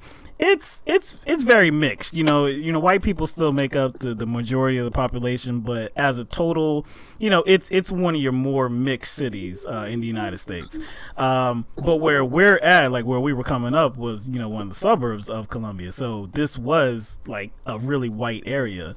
But even going into Columbia as adults, you know, we have dreads, right? Okay. And we've had dreads ever since like the, you know, early 2000s, mid 2000s, something like that. And we would, as young 20-year-olds, you know, we would want to go out and have a good time, go out to the club, go out and dance, something like that. And we would be confronted with challenges because we couldn't even get into like at least one particular establishment because we had dreads. Simply because we had dreads, not because they were like dirty or not because like we were too loud or like cursing, like nothing else about our character or our appearance, just the simple fact that we had dreads. And they tried to excuse that by saying that, oh, there was this one time that a white person had dreads and he acted up. He really acted up in there. So from that period, they don't allow people with dreads in the club anymore. And we were like, are you serious? I mean, this presented like there were so many times like we were outside the club arguing like with the bouncers, like there would be a huge crowd out there of people, man, just gather around, just arguing with them. And it wasn't just even dreads too. It was like you couldn't wear jeans, like you had to wear khakis, but white people could get in with jeans. You had to wear a certain type of shoe, but it didn't matter what white people had. Or like they specifically targeted black people by prohibiting certain clothing brands. Oh yes, clothing brands that were well known to be worn by black people, like Fat Farm and FUBU, those big name brands. They purposely said those shirts aren't allowed. One of our mutual friends, he tried to get in. I don't know what kind of clothes. I don't know what the brand was, but his pocket lining was green. He couldn't get in. Yeah, his pocket lining. They said, "Oh, come back. You're not going to get in." And they said no athletic wear. No, they said no athletic. They said no athletic wear, right? But there's a polo shirt that I have that has the number 3 on it. This is a polo shirt. It has a big Duplan polo on on the horse, and it has this is a number 3 on like the chest, and then on there. They claimed that was, even though it was a polo shirt button up, they claimed that it was an athletic shirt and wouldn't let us in. That's the kind of shit we had to deal with, like in our 20s. It was ridiculous, man. So it's been a real interesting. Oh, sorry to interrupt you, but that's all right. Go ahead. Talking about Will, the previous caller, and wealth disparity is a major issue in the country today, and I thought his points about capitalism, socialism, and communism were fascinating, and it was just a great call. Thank you guys. Shout out to Will, man. Yeah, shout out to Will, man. You know, he's called the past 2 weeks, and you know, giving us a lot to think about. Yeah, man. And you know, we appreciate you calling in, Matt. Yeah, you guys too. Have a good night. Thank you. Appreciate it, man. All right, man. Have a good weekend. Yeah. Yeah, you too. Oh, all right. Yeah, it just ended too. Yeah, it just ended. It just ended. Our session with Zoom just ended. So yeah, yeah, that's just a little bit of our history here in South Carolina. We probably got a lot of stuff that we haven't talked about too. But man. that's just a little tiny, you know, snippet of it. But yeah, I mean, like I think anywhere in the country you probably would, you know, have some challenges as a, you know, person of color, as a black person. Actually, you know what, we didn't talk about this, but there was an incident at a Hobby Lobby in Alabama just recently where this black guy, He went in to return his girlfriend's Cricut cutting machine. Some people probably familiar with that. I wasn't actually until like maybe a few weeks ago. But anyway, it's a cutting machine. You know, you can do different things with it. But wanted to return it. He went in with the receipt, tried to return it. And there was some kind of hold up, and he was like, "Hey, you know, well, let me talk to a manager or something." They were like, "Okay, I'll get the manager," and then the manager's like, "Oh, I got to get corporate approval for a damn return that he has a receipt for." Yeah, so they were like, "Okay, if you just stand over here, you know, we'll get with corporate." They were not calling corporate; they were calling the damn police. He didn't do anything. He didn't do a damn thing. He just brought something to be returned. Yes, and so the police officer showed up, demanding to see this guy's ID, and he's like, "My ID? What? And then so he gave it to him. Police officer goes outside to check I guess to see if he has any warrants or anything like that. Comes back inside because he doesn't have any warrants, and then like, okay, process the refund. But yeah, before he went out to check to see if he had any warrants, he was like, "Hey, you're about to get trespassed. You're about to be trespassing in here." And he's like, "How can I be trespassing? Like, what did I do to be trespassing? I'm just trying to return something. This, I got a receipt. What are you talking about?" So all this boiled down to was like the employees were saying that, hey, this was they would just follow instructions from upper management, and he resembled somebody that came in and tried to return stolen merchandise or something like that. But it doesn't matter if he has the receipt this time. Yeah, man. Completely crazy. Again, man, that's just another case. Now that's the deep south, though. That's the deep south, but still, it happens everywhere, right? We saw it happen in Philly. We saw it happen in L.A. It's all over the country. It has to be because, like you got people in Washington State flying Confederate flags talking about Southern pride, dog. Washington State, dog. Don't make no sense, dog. But before we forget, we had some super chat donations, support money come through. Shout out to Warren Fry, appreciate that, and also Angie Rotten for kicking us a few bucks. See, you said rotten. See, I think I've been saying rotten. What is it? Rotten? I don't know. I don't know. I've been saying rotten. rotten. I have no idea. But also, y'all need to treat Mr. Kenneth with some kid gloves, please. We see some people ganging up on poor Kenneth in the chat. So y'all treat Mr. Kenneth with some kid gloves. Give him a warm welcome to the LTMB chat. Don't run him off, people. Don't run him off. We see he trying to have his little voice going on in the chat, talking about some things he don't know nothing about, but it's okay. It's okay. Maybe Angie or Lori, y'all can send him some potato salad with some raisins in it. You know what I'm saying? Give him a warm welcome. Yo, we got one more shout out too. On Patreon, we got a new patron on patreon.com/LTMB. Matthew Michaels has pledged to donate some funds to us, so we appreciate that, Matthew. We don't know if you are in the chat right now, but if you come back and listen, thank you very much for thinking about us and supporting what we do, man. It's very very appreciative, man. I didn't really catch everything that it's Roten as Rhode Island. Like a Roten. Yeah. See, I was right. See, man, I was right, dog. See, I was right.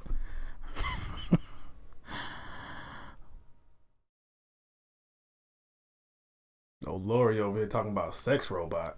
Of course. Sounds like something she be talking about. Yeah, they got those expensive, well, I don't know about sex robots, but they got these expensive, sex dolls now. These, man, true to life, synthetic, synthetic. They can get in positions. I'm like, yeah, man, it's crazy, man. It's crazy out here. It's crazy out here. They getting updated with some of the stuff they got out there, man.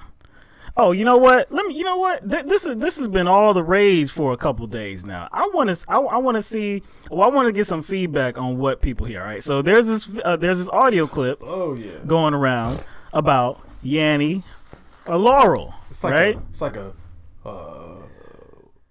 What's that? It's like a rehashing of the dress. The dress. Yeah, the gold and white and blue and black. Yeah, exactly. I think I saw the gold and white. I can't. It's been so long. I can't remember. I can't remember. Anyway. But anyway, yeah. So that's all the rage right now. But there's a lot of people talking about it. I personally, you know what? Let's just because I don't know what I'm gonna hear right now. So you know what? Let's play it. I want to see what people hear. Laurel. See, I hear Laurel right now. I hear Laurel, bro. I hear Laurel, man. Laurel. I hear freaking Laurel. I always heard Laurel. Now I think the New York Times had some sort of slider that allowed people to change the frequency. You know what I'm saying? Yeah, they allowed people to do it themselves. Yeah, like they had like a little thing where it's like a slider that changed the frequency back and forth. And I saw a video clip of somebody like cutting out the low frequency and then cutting out the high frequency, and that's where you were able to see or able to hear the. But look, the first time I heard it, like, cause you sent it to me. First time I heard it, you were like, "Man, I hear Laurel clear as day," and I'm like, "Nah, I hear Yanny." That's all I heard. The next day, I heard Laurel. Like, and then it was like maybe like an hour later, I heard Yanny again. So it alternates for me. I hear both of them. I don't know what that's based on. I think it's some sort of government experience. I don't know what it is. Some sort of government experience. Right now, I heard Laurel. See, June. It's not Yanny. She said Yammy. Lori said she heard Bernie. Bruh. No, Lori said she heard Laurel. That's funny. I don't know. Nobody else said it. Okay, no. Miss Tree said Yammy. Jean said Yeri. You know, my wife said something like that. She said she heard like no. Yeah, I think she said she heard Yeri or something like that. But then after that, she heard Laurel. See, when I was playing with the slider, I forgot what kind of scale it was on. I think it was on a 1 to 10 scale on both sides. And I heard Yanny once it got to 7.5 on that side. But I was just thinking, I was like, but it happened so fast. It wasn't like, to me, I didn't see gradations where I would hear both. It just switched. So I was like, man, something going on. I know there was one time in the middle of the clip, because it repeats itself. I heard Yanny, and then after a few times, I started hearing Laurel. And I'm like, what the hell's going on? This is the beginning of the zombie apocalypse, dog. I'm telling you, this is how it starts. This is how it starts. Let me see. Laurel. See, I hear Laurel clear as day right now. I promise you later on tonight, if I play it again, I'm going to hear Yanny. Or Yammy. I kind of hear Yammy instead of Yanny with an N. I didn't hear. I just heard Laurel the entire time. My niece, the same thing, man. It alternates with her. But then the low pitch. See, that's the problem. Like, the low pitch doesn't disappear because you can hear high pitches. That's the problem. That's the thing I have. It doesn't, like, your ability to hear each pitch doesn't change. Like, it would be more gradual. You should, if there are people that, or people would be able to hear both at the same time, which I have not heard. I haven't heard one person say they hear both at the same time. They only can hear one or the other. Yep. It's just weird. I don't know how I'm able to hear both. And like I said, I can't isolate like a certain kind of events that is, I guess, enabling me to hear one or the other. I have no idea. It's not a time or day or a time of day. It's just I have no idea what's going on, man. Somebody is messing with me, man. Andy said, but what does the fox say? What does the fox say? That's funny. All right, man.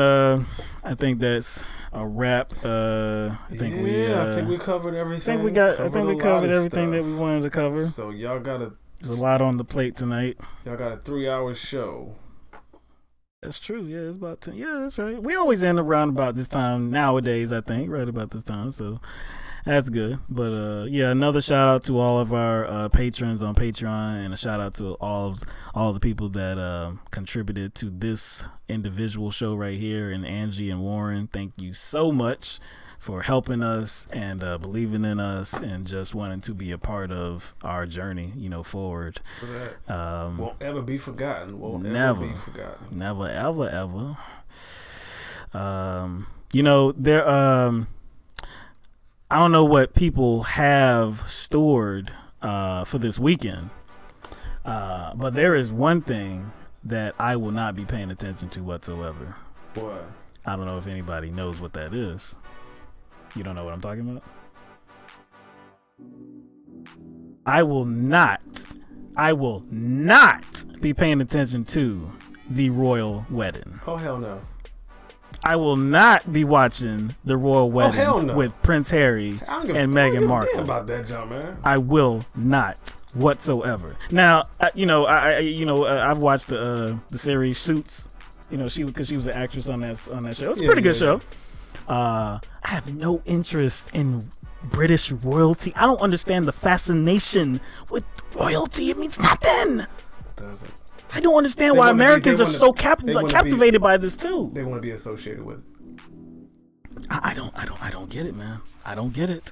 But I'm not gonna be watching, man. I'm not gonna be watching a lot. There's been a lot of talk, and I can't, because we have to go through all these topics, so we see other stuff all the time. Yeah. And so I've seen stuff about her father. Is he gonna show up? Is he not gonna show up? Is he gonna walk her down the aisle? No, he's not gonna show up. So we don't know who's gonna walk her down the aisle.